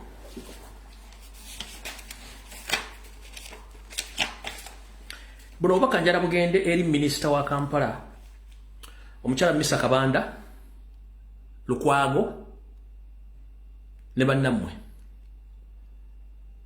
mukyala Misa Kabanda buno obubaka njagala bukutuukeko bulungi nkimanyi bizinesi zo era ebisingo bingi bikoledde mu Kisenyi kuba nkumanyi ng'omuntu nkumanyi naawe okimanyi nti nkumanyi naye bwafuuka minisita wa Kampala wafuuka ekizibu Bannayuganda mukimanyi nti omukyalo ono y'omu ku balemeseza bannakampala obulamu wotwogerera essaawa zino akatale mwena mukamanyi abantu b'ebisega badde bakolera akatale k'ebisega babajja okukuwa ne bakkiriza eri katale wansi mu lusalo gye babateeka akatale ne mbadde mukimanyi nti Kampala Capital Authority ng'ekulemberwa Erias Lukwago ne Misa Kabanda akatale kano baakaguza dde abasajja Abanyarwanda mubadde mukimanyi nti abantu b'ebisega bonna abajja ekiro okukwata emiddala bonna babafulumiza ng'emiddala kati Abanyarwanda abeeyita Abanyankole be bannannyini katale nga buli muddala bagutunda emiliyoni 3 ku miliyoni 5 miliyoni 5 gye middala gye bagamba egikola egiri ku mugguukiriro egitakola gya miliyoni 3 akatale baakatunda dda n'oyo omusajja gumwadimula yeekazaabusuka ng'afukaana abasimenti tatta akatale kano baakatunda dda mugenda kulya abantu nga bali mu kwekalakaasa omanyi muwulega sookera ne mulooza nti nsaaga mugenda kulya ku bukedde oba ku BBS oba ludda wanga baga nti abantu b'ebisega beekyanze obutale babagoye mu katale nti simeka kati emiddala gyakutu baje baguza buguza ng'ate akatale sente zaali za gavumenti sente baazijja mu kittavu kya gavumenti okuzimba akatale ako mugenda kiraba very soon mujaga nti ndi mulogo kino kibagambye akatale Misa Kabanda ne kampuni ye baakaguza dde abasajja Abanyarwanda be bannannyini katale muddala gwa miliyoni 3 ku miliyoni 5 bonna abakazi abawejjere n'abasajja abawejjere abadde bakoleraawo bakabatwaha ng'entulege lwaki lwa mululu kubanga tebaagala muganda yenna kusigala mu katale ng'akola ekyo mbadde mukimanyi kye nabagamba kiri kye bayita economic genocide kikyagenda mu maaso omatu gantu bagamba ne mwebuzabuza nga bafuka banaba economic genocide ekyagenda maaso in any way possible bagezaako buli muganda yenna wabadde ojja ekigule magala eddiba mu bulumi bw'ekitalo bakujjawo nga nennawe oba teweesikidde kawande oba luwande wonna kubanga bakwagala oli mwavu bakwagala nnyo ng'oli mu kusabiriza kubanga kyekifaananyi kye baagala okusiiga wano wenjagala buli omu ompulirize bulungi nnyo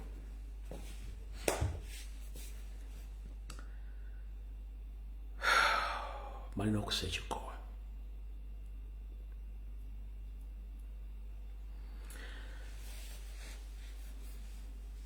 gwe kankusigira ekifaananyi otegere bulungi nnyo abasajja bano n'abakazi amazima bagamanyi naye n'okutiibwa n'okutiisibwatiisibwa kyekibafudde ekizibu 1 gamba obbi wamwengalisanga ku mwenge gamba obbi wamwengalisanga ku mwoyo mwenna mubadde muwulira omukyala gwe bayita full figure ebigambo byayogedde teyabyogedde nti mulalu musiro batategera nno ebigambo ebiviira ddala ku mutima gwennyini just aba taamutegedde mutamunamutegera kati kambagambe mutegeere ne bw'okolerayo seritibahabulwa nga toli wa famire ye tali kwagala era talina kyagenda kukolera bangi basse nga mukole n'okusinga fulufiga ebigambo byayogedde byadde bivumba ku mutima kubanga omulimu gw'abakoledde okussa wansi n'okuvuma buli abadde awalampa NRM yandibadde tafaana bwatu byayogedde byadde bituufu byonna tekuli kikyamu tebamuwa ssente tebabawa ssente babakozesa bukozesa era bwe bamala okulaba nga tokyalina value nga bakusuula tamala emirundi yabyogera si yasoose Isma Olaxis yabyogera si yasoose noono abyogedde era si yasembayo naye olw'okuba nti abaganda abamu ogw'okulya gugenda basuula mu kita muganya okutegeera ekituufu kye muli ne kye babalowoleza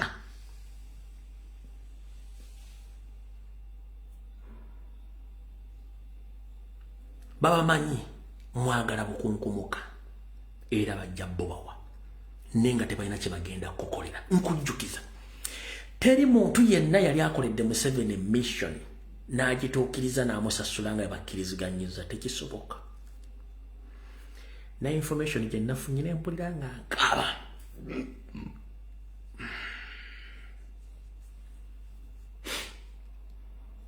tufuna information nga bagidrafting okozesa omuntu ng'amusuubiza buli kimu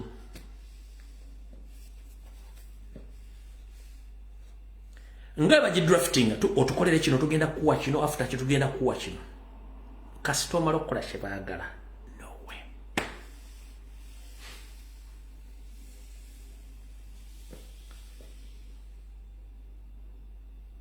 mujjukira omukyala famire omukyala abaalya mu lukumu Ssekabaka Muteesa ne bamuwa obutwa mukyasobola okuwaluketinga omukyala we wabaawo muwala womuti taliiwo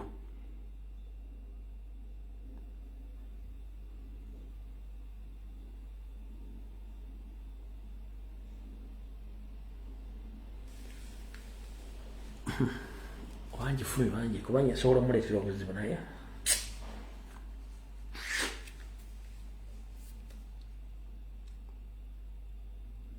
bakozesa omukyalo omu okutta omuntu omunene mu ggwanga ng'amusuubiza buli kimu era n'akituukiriza wallaahi aliira ku nsiko talina dde omuzigo waasobola okusula ate bamunoonya bo mmojjawo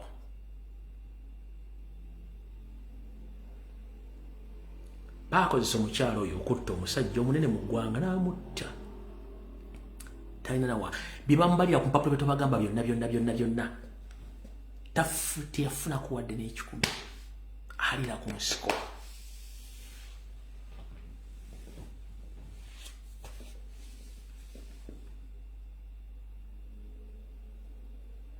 Kasirye Gwanga 1989 Abaganda baali bekozemu omulimu okujjako Museveni ng'enkeera bagenda mujjako.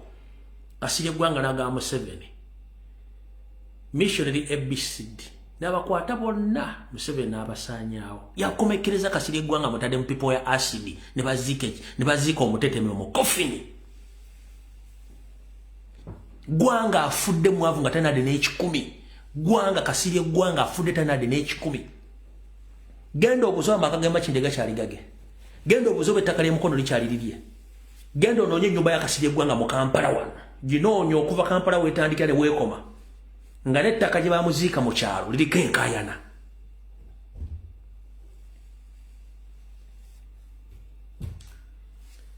Njagalo lyankubira essimu ng'enti ennyumba ya Kasirye Gwanga mu Kampala esangibwa wano.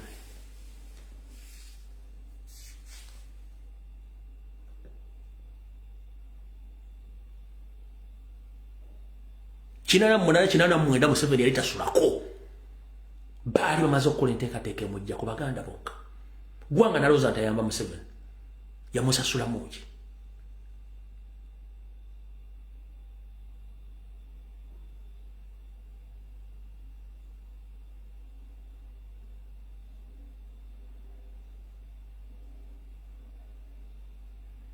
Gwayagala okakasa bye nkugamba. Noonya bagende ennyumba ya Kasirye Gwanga mu Kampala.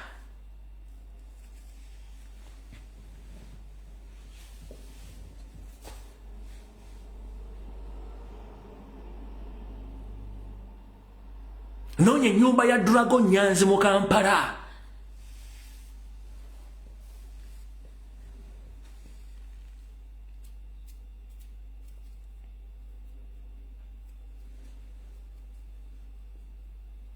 Genda onoonye ebyogagga bya Sulaiman Kiggundu mu Kampala.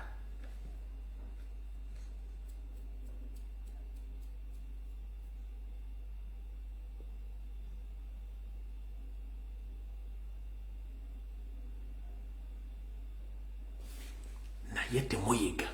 Talina kyakwagaza. Oba kusanze mu Amerika n'akuwase talina kyakwetaaza.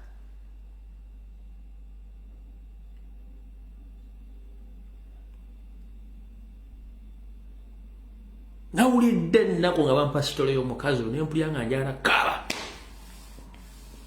Kati bwe nalabye ono nakanguubi ng'akaaba ate oluvannyuma ne yeetonda ne tosobola kwetonda ng'ebigambo bifulumye. Gamba obbiwamwe ng'alisanga wabifulumiza obulumi ensi yawulidde yabutegedde tebana kye babaagaza. Naye nga bamaze okukozesa okwonona image yo mu public bo kye baagala.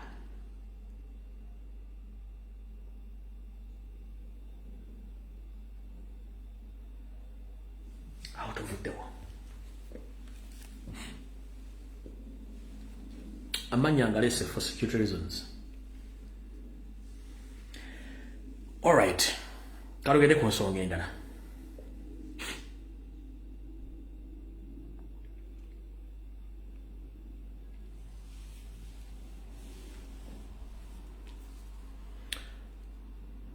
Ennaku zembadde nga siri ku mutimbagano mpumuze nga labi yange ndaye ebintu bigambo bingi pedde bitambula.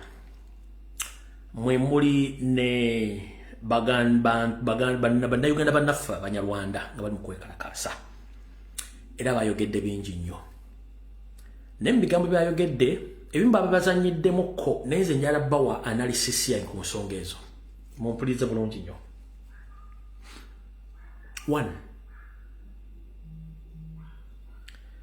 Ffe nange kamwa kwogera olutalo lwaffe luli wakati waabo abatutulugunya abatutta. Olutalo lwaffe luli wakati waabo bw'obanga tewenyigidde mu kikolwa kyakutta kyakutulugunya na kusengula bantu ku mataka towulira bulumi ku bye twogera. Don't be offended on whatever we say on the certain group of Banyarwanda.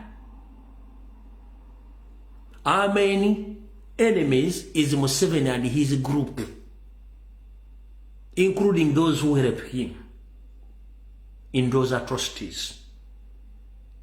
So whoever feel offended about the message we pass against a group of Banyarwanda which is led by Museveni, that means you are among them. Sagala ulile bulumi nga totta tosengula bantu kumataka towamba tewenyigidde mu kutulugunya banna Uganda. Sagala ulile bulumi nga twogera message eno. 1. Tukola profile ku buli muntu yenna anyigiriza okuwama n'okutta banna Uganda data tumulina. Kati gwe atali omu ku bo obulumi obujja luddawa bwe tuba twogera ku gurupu y'Abanyarwanda bakulembera Museveni. Era buli omu agenda kubeera accountable for his crimes or her crimes against Ugandans. Omuntu yena golanga apapala manya nti either y'omu ku bo oba alina akakwate ku bo nga naye participatinga. Oba message yange eri clear?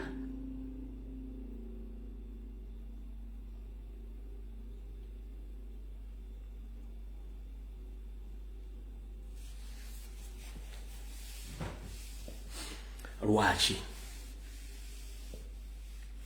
nawuliddeko omukulu Frank Gashumba ng'ayogera bitakwatagana ne gwe bayita lawyer wano yagambye bw'ati.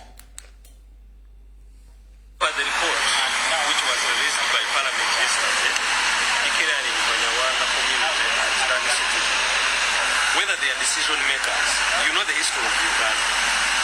This is not the first time Uganda declaring Banyarwanda stateless on non-Ugandans.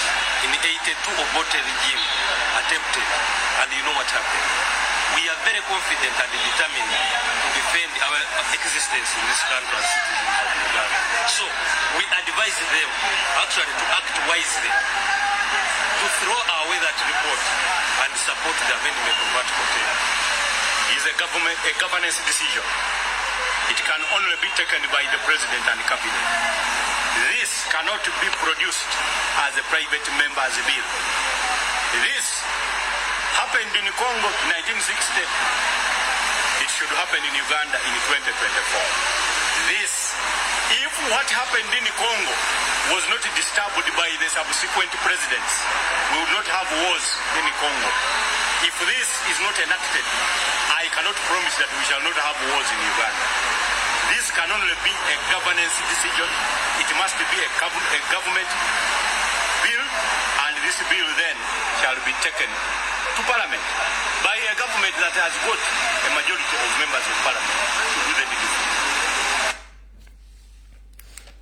All right. Mr. Mukasambidde ne group ya mufaanako mbalamusizaako muje baliko. Mwasoma naye temwayiga. Lwaki? Mukimanyi nti singa enseberamu amateeka agakola statement gye wakoze no lawyer wo ebeera ya busagwa nnyo. It's a treasonous statement esobola okukuleetera okusalako omutwe oba okusiba amayisa mu nsi zirimu amateeka.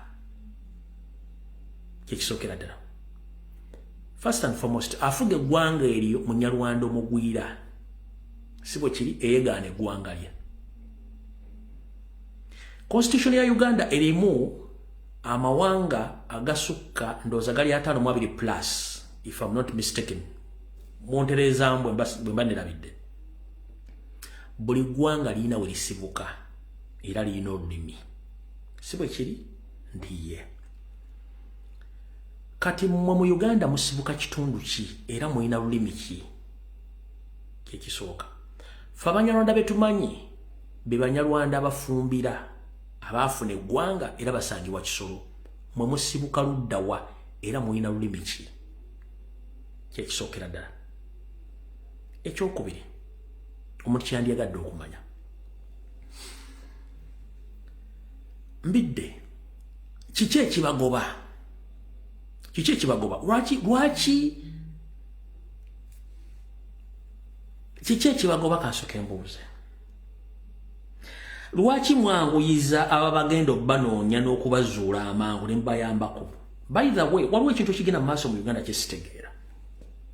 Buli kintu kyejjayo we tuba tetukisuula nti kigenda kwejjayo.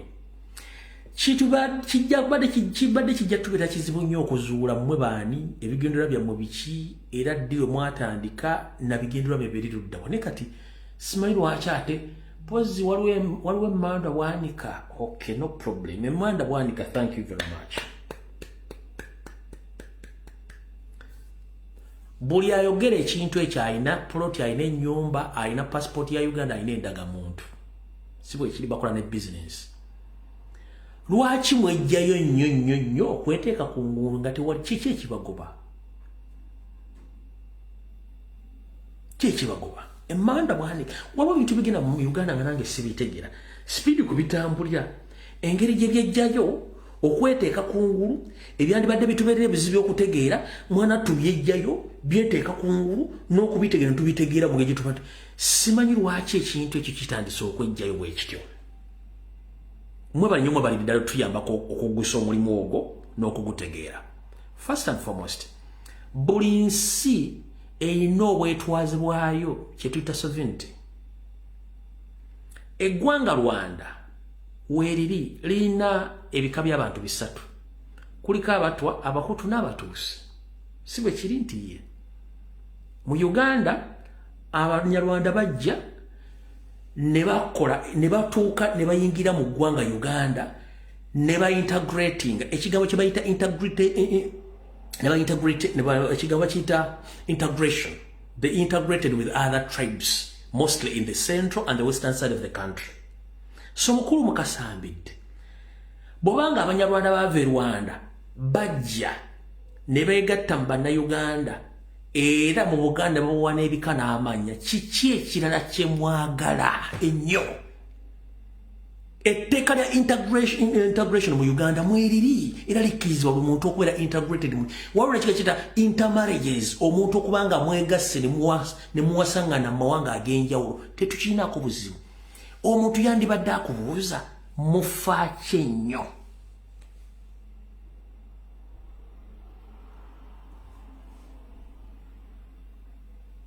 The integration law is there. Everyone is free to integrate. Okujja n'oyingira mu kitundu n'okiwangalamu n'ofuuka n'ewetawa n'ofuuka mu bantu n'ofuukira ddala mu bantu abo nga toli akuvuna, tewali buzibu. Intermarriage tuwasangana buli omu, tewali buzibu. Kati mwe kiki ennyo kye mugoba okusukka kwaga amateeka abiri agaliwo? Erya intermarriage n'erya integration. Kiki ennyo kye mufa ekyenjawulo kye mwagala?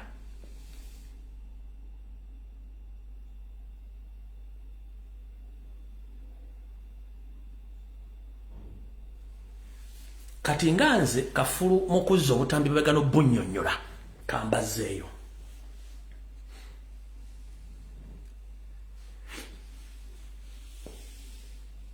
Waliwo kye tuyita pre-method statement.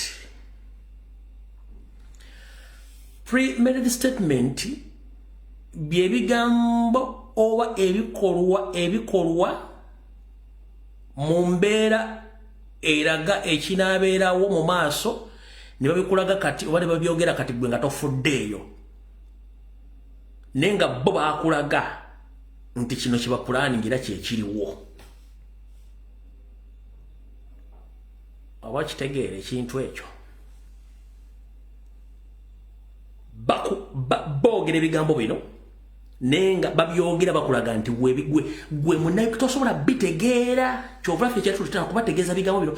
Buli statement ekigambo ekyogerwa abantu bano kimanye nti kirimu existence weekiri, lwakuba tekinnatuuka budde kuvaayo kiraba physically nga kikolebwa.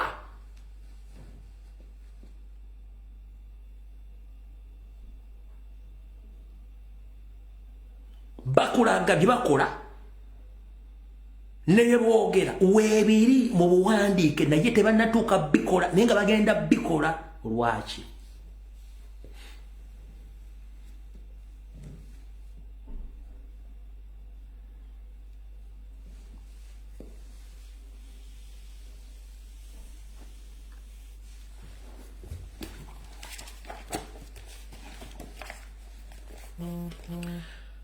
Mu ggwanga ly'Abanyarwanda waliyo Abahutu, Abatwa n'Abatuusi. Ge mawanga asatu. Googera olulimi olwo teruna kirwawukanamu, olulimi olwo teruna kirwawukanamu. Wabula abantu bano migrating okutambula ogenda mu bitundu ebirala balina ekintu bakola kibayita camouflage. They camouflage. Camouflage kwe kwambala ekintu n'ofaanana n'ekitundu n'embeera kwe kwambala ekintu ne weefuula ekintu ekyo n'okifaanaganira ddala. Katugambe n'obeera mu kibira ng'oyambadde engoye enjeru n'ofuna engoye nga za kiragala zifaanana ekitundu ekyo. Ekyo bayita camouflage. N'ofaanana ekitundu. Kati bano mu Rwanda muli Abahutu, Abatwa n'Abatuusi. Wabula bano ba migrants Abanyarwanda bagenda batambula mu bitundu ebyo batuuka mu bitundu ebirala. They camouflage. Ne beetuuma ekintu ekirala. Ne bakyayina nenga basigadde banyina olulimi boogera lwe lumu. One. E Congo muli Abanyamulenge bano Banyarwanda boogera olulimi lwe lumu Lunyarwanda. E Uganda tulina abavandume abavandimwe boogera olulimi lwe lumu Banyarwanda. Kyebuganda batuuka mu tulinawo ababano mbamanyi bulungi nnyo be bamu boogera olulimi olwo be bantu be bamu. Tulinawo n'abafumbira commonly abamanyiddwa nti bano Banyarwanda nga bali mu ggwanga Uganda bafumbira boogera olulimi lumu Lunyarwanda n'ebikolwa by'Abanyarwanda. Kati bw'obabuuza abantu bano bonna ekizibu kyabwe kiri ludda wa? Ekizibu kyabwe bw'obasakulinga bonna where is their concern and where is their problem? They are the one in power right now. They are the one killing people. They are the one grabbing land from the indigenous Ugandans. Naye, they want to be on top of each and every Ugandan. Nobabuuza ekigendera kyammwe kiki? Teri muntu agamba nti wanani akubodde. Era njala kubuuza Mukasambidde. Njagala mudeta video nga waliwo abagamba oba minister oba nga bagamba mudde wammwe Rwanda ani tewali. Ne mwe kiki kimwagala nyensi bategere kimwagala mubeere. Kati kiri kyembagambye nti bakola statement kati munazitera nti bagenda zikola mumpulirize bulungi nnyo. Mubadde muwuliranga ekibinja kibayita M23 eky'Abanyarwanda abalwana mu Kongo abaagala okutulako Kongo. Netubaga nti ekibinja kiri mu Uganda era ekibinja ekyo Bujingo y'omu ku ba top commanders Bujingo pastor Bujingo ku ba top commanders. Sente ze funding aziva mu Uganda. Abantu bakola bikolo by'okukola silent genocide mu Buganda mu Uganda Banyarwanda group eno. Njagala uza statement zino bi osooka ovuga ebirowoozo byo bizze mabega omala obizze maaso ng'okozesa ekigambo kyetuta premeditated statements nti bano balina kye bapulaninga already nga weekiri naye tekinnavaayo nga balina kye bavuga okwefuula kye batali. Wulira ono Mukasambidde. Briefly, they are right. That is one. But in a right Singapore. So M23 traditionally Banansi ba Congo abogera Olunyarwanda. Bogera Olunyarwanda. So Abakongo benyini. Nga wano boyina Abanyarwanda. Nabana Abanyarwanda bali mu Uganda. Beba M23 abajja singa tebabakwata bulungi.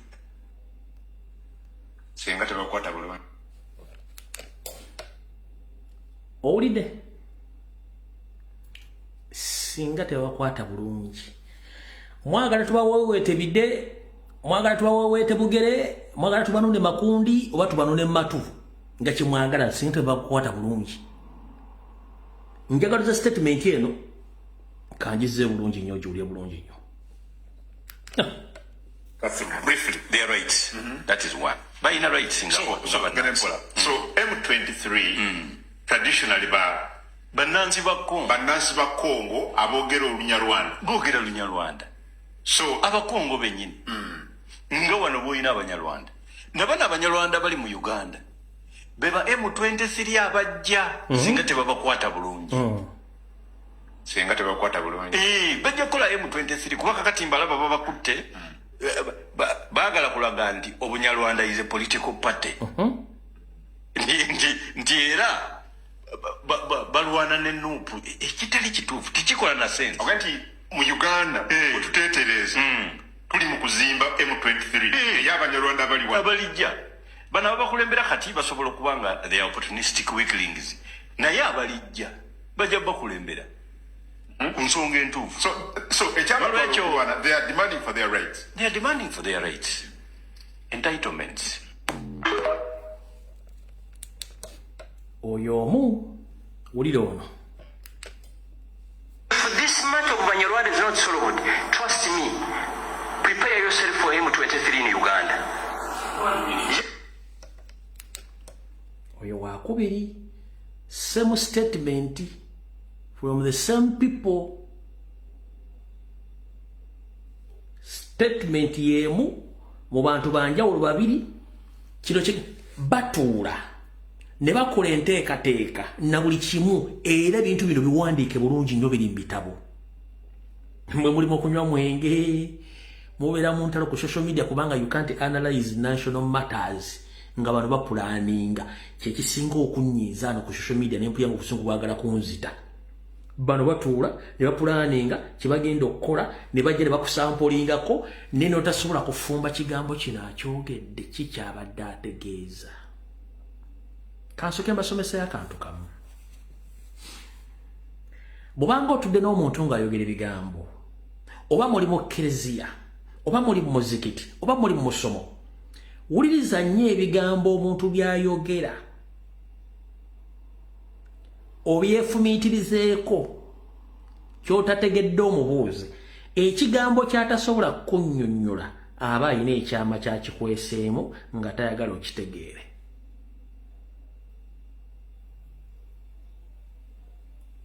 Otegedde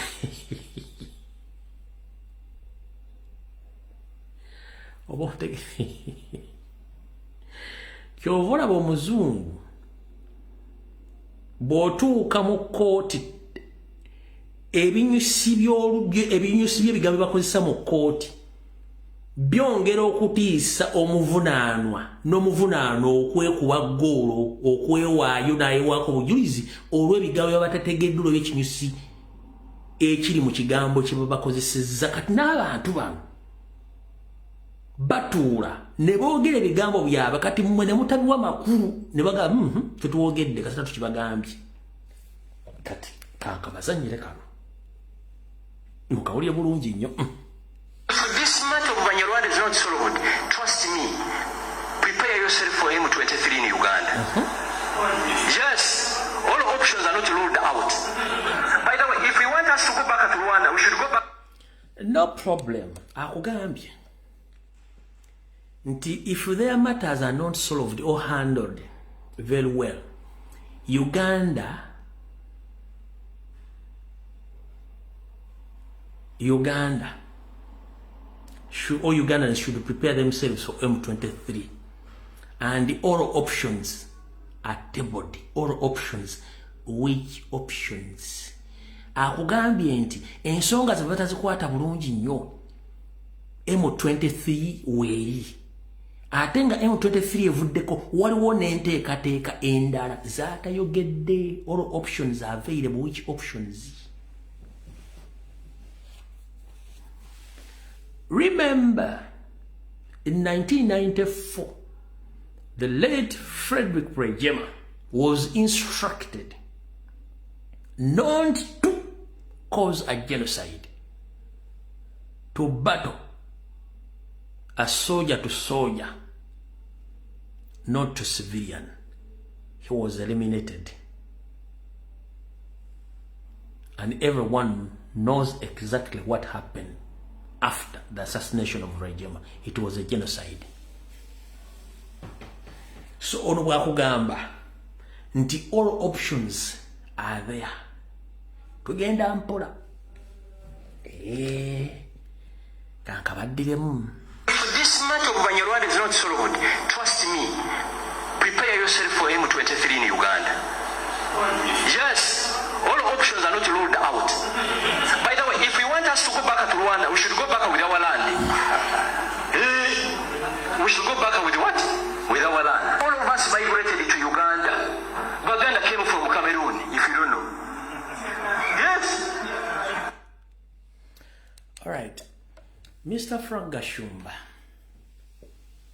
Ogambye nti bwe bagenda bazzayo e Rwanda mugenda genda n'ettaka lyammwe. nze njala kubuuza osobola okutuleetera ekiwandiiko kyonna nga bagenda nti Abanyarwanda baddeyo e Rwanda tekiriiwo era bw'ogamba nti mugenda genda n'ettaka lyammwe ettaka lyammwe liri ludda wa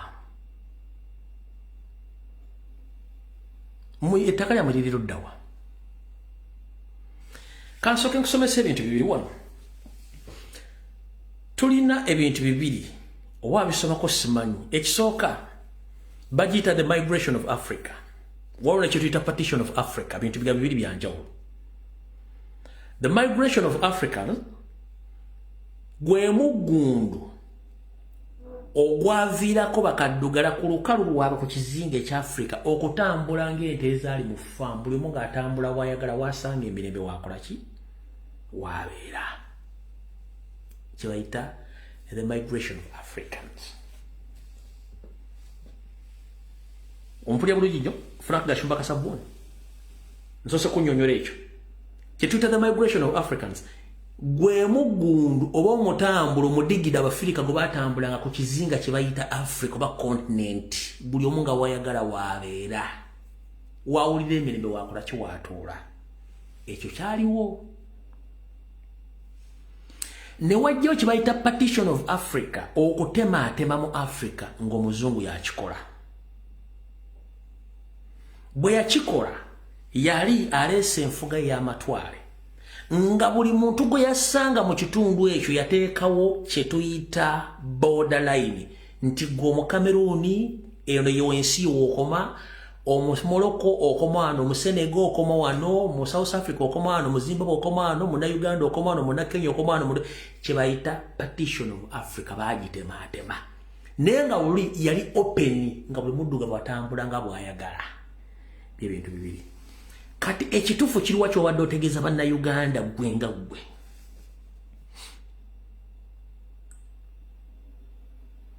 bw'ogamba nti ate ekizibu kye mwerabira bwe muba mwogera nnyo ku nsonga za Uganda lwaki mubeesinga nnyo ku Baganda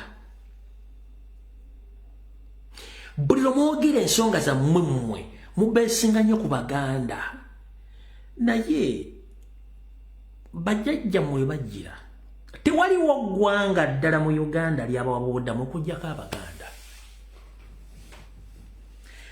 tewaliwo ggwanga ddala ly'abawabuddamu okuggyako Abaganda nenda ne wadde oyogera ate wagambye nti Abaganda bava Cameroon nenkuza nekusoma ekigambo kye bayita migration of Africa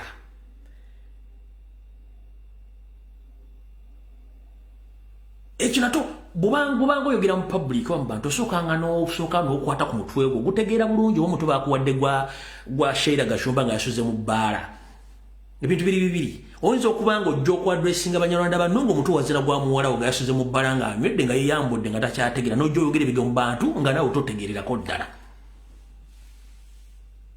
mukulu ebiseera ebisinga okwambala amasuuti ng'oli mu ssiru kibi nnyo oba oyo n'ekiriwa ky'essuuti eyo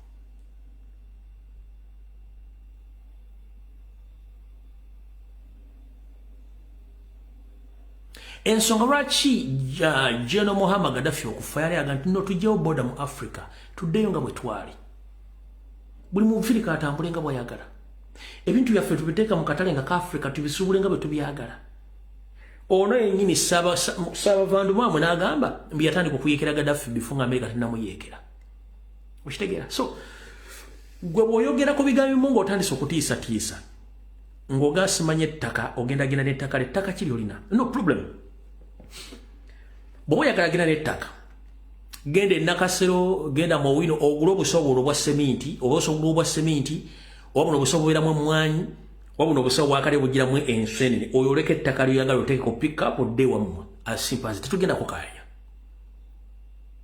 Gashumba bw'oba oyagala genda n'ettaka lyo please obuveera weebuli oba ogenda mu Lwero osene oba ogenda wammwe eri ewammwe e Masaka oseneko lyoyagala oliteeke ku pick up olitwala olwokuba ekigali no problem tetulina buzibu yolako lyoyagala kubanga omuntu yabadde mu conference room eno nga awulira bw'oyogera yadde alina okukuba oluyo obuuka enswa nga kyuma kya Yesu yajja n'akwata Simewo Nsubuga yadde alina okukuba oluyo obuuka enswa mbwe ettaka lyaffe tugende nkukuba oluyina oluuka enswa nezikuva mu matu muno buggalama ne bukuva mu golo kuba kiga kyoyogede kyabwe siru mbufu ya chasing us we shall go with our land walijjawa nkugambye waliwo the migration of Africa ne partition of Africa kati banga border zaakulu wakateka kiri ogenda okutwala ne tukuwadde olukusa genda ogula obukutiya bw'oyagala oteekemu kilo oba otwala ttani no problem ofune emmotoka z'olivuge ogenda oliwo oyagale wammwe Rwanda toli buzibu tetugenda kukwatako oteabo oteekemu ettaka lyo olivuge olitwale Rwanda wabula kyenjagala okutegeeza kiri bwe kityo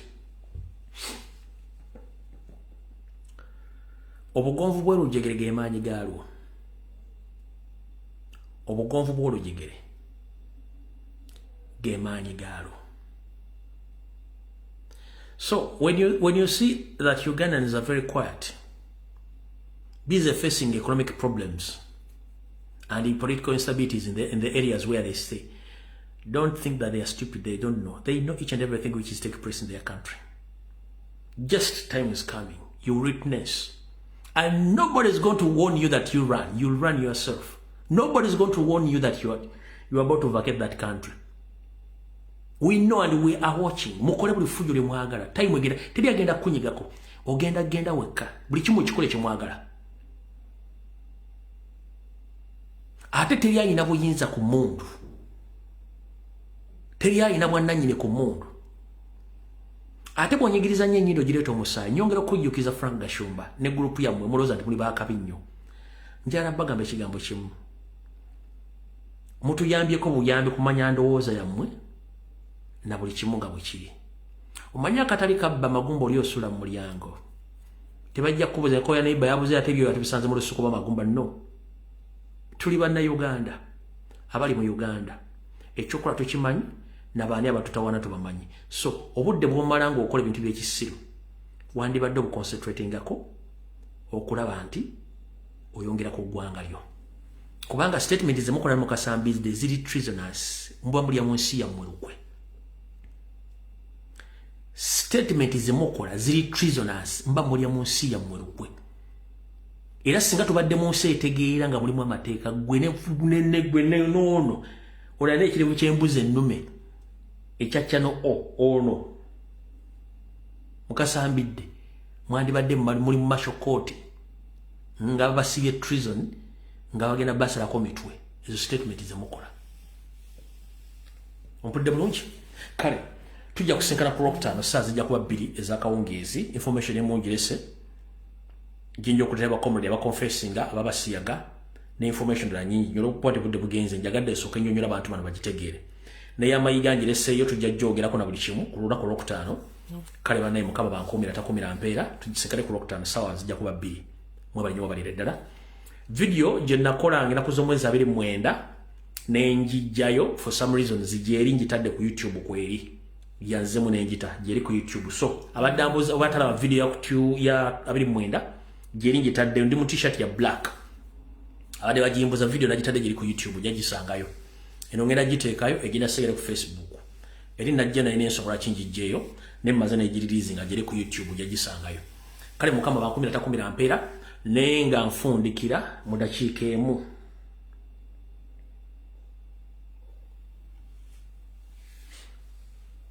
Buli muntu alina ssente mu banka genda ozijjeyo. Buli muntu alina ssente mu banka genda ozijjeyo. Bw'otazijjayo ojja kunneebaza nga sere mazo zitwala. Video wedde mukama bankumire.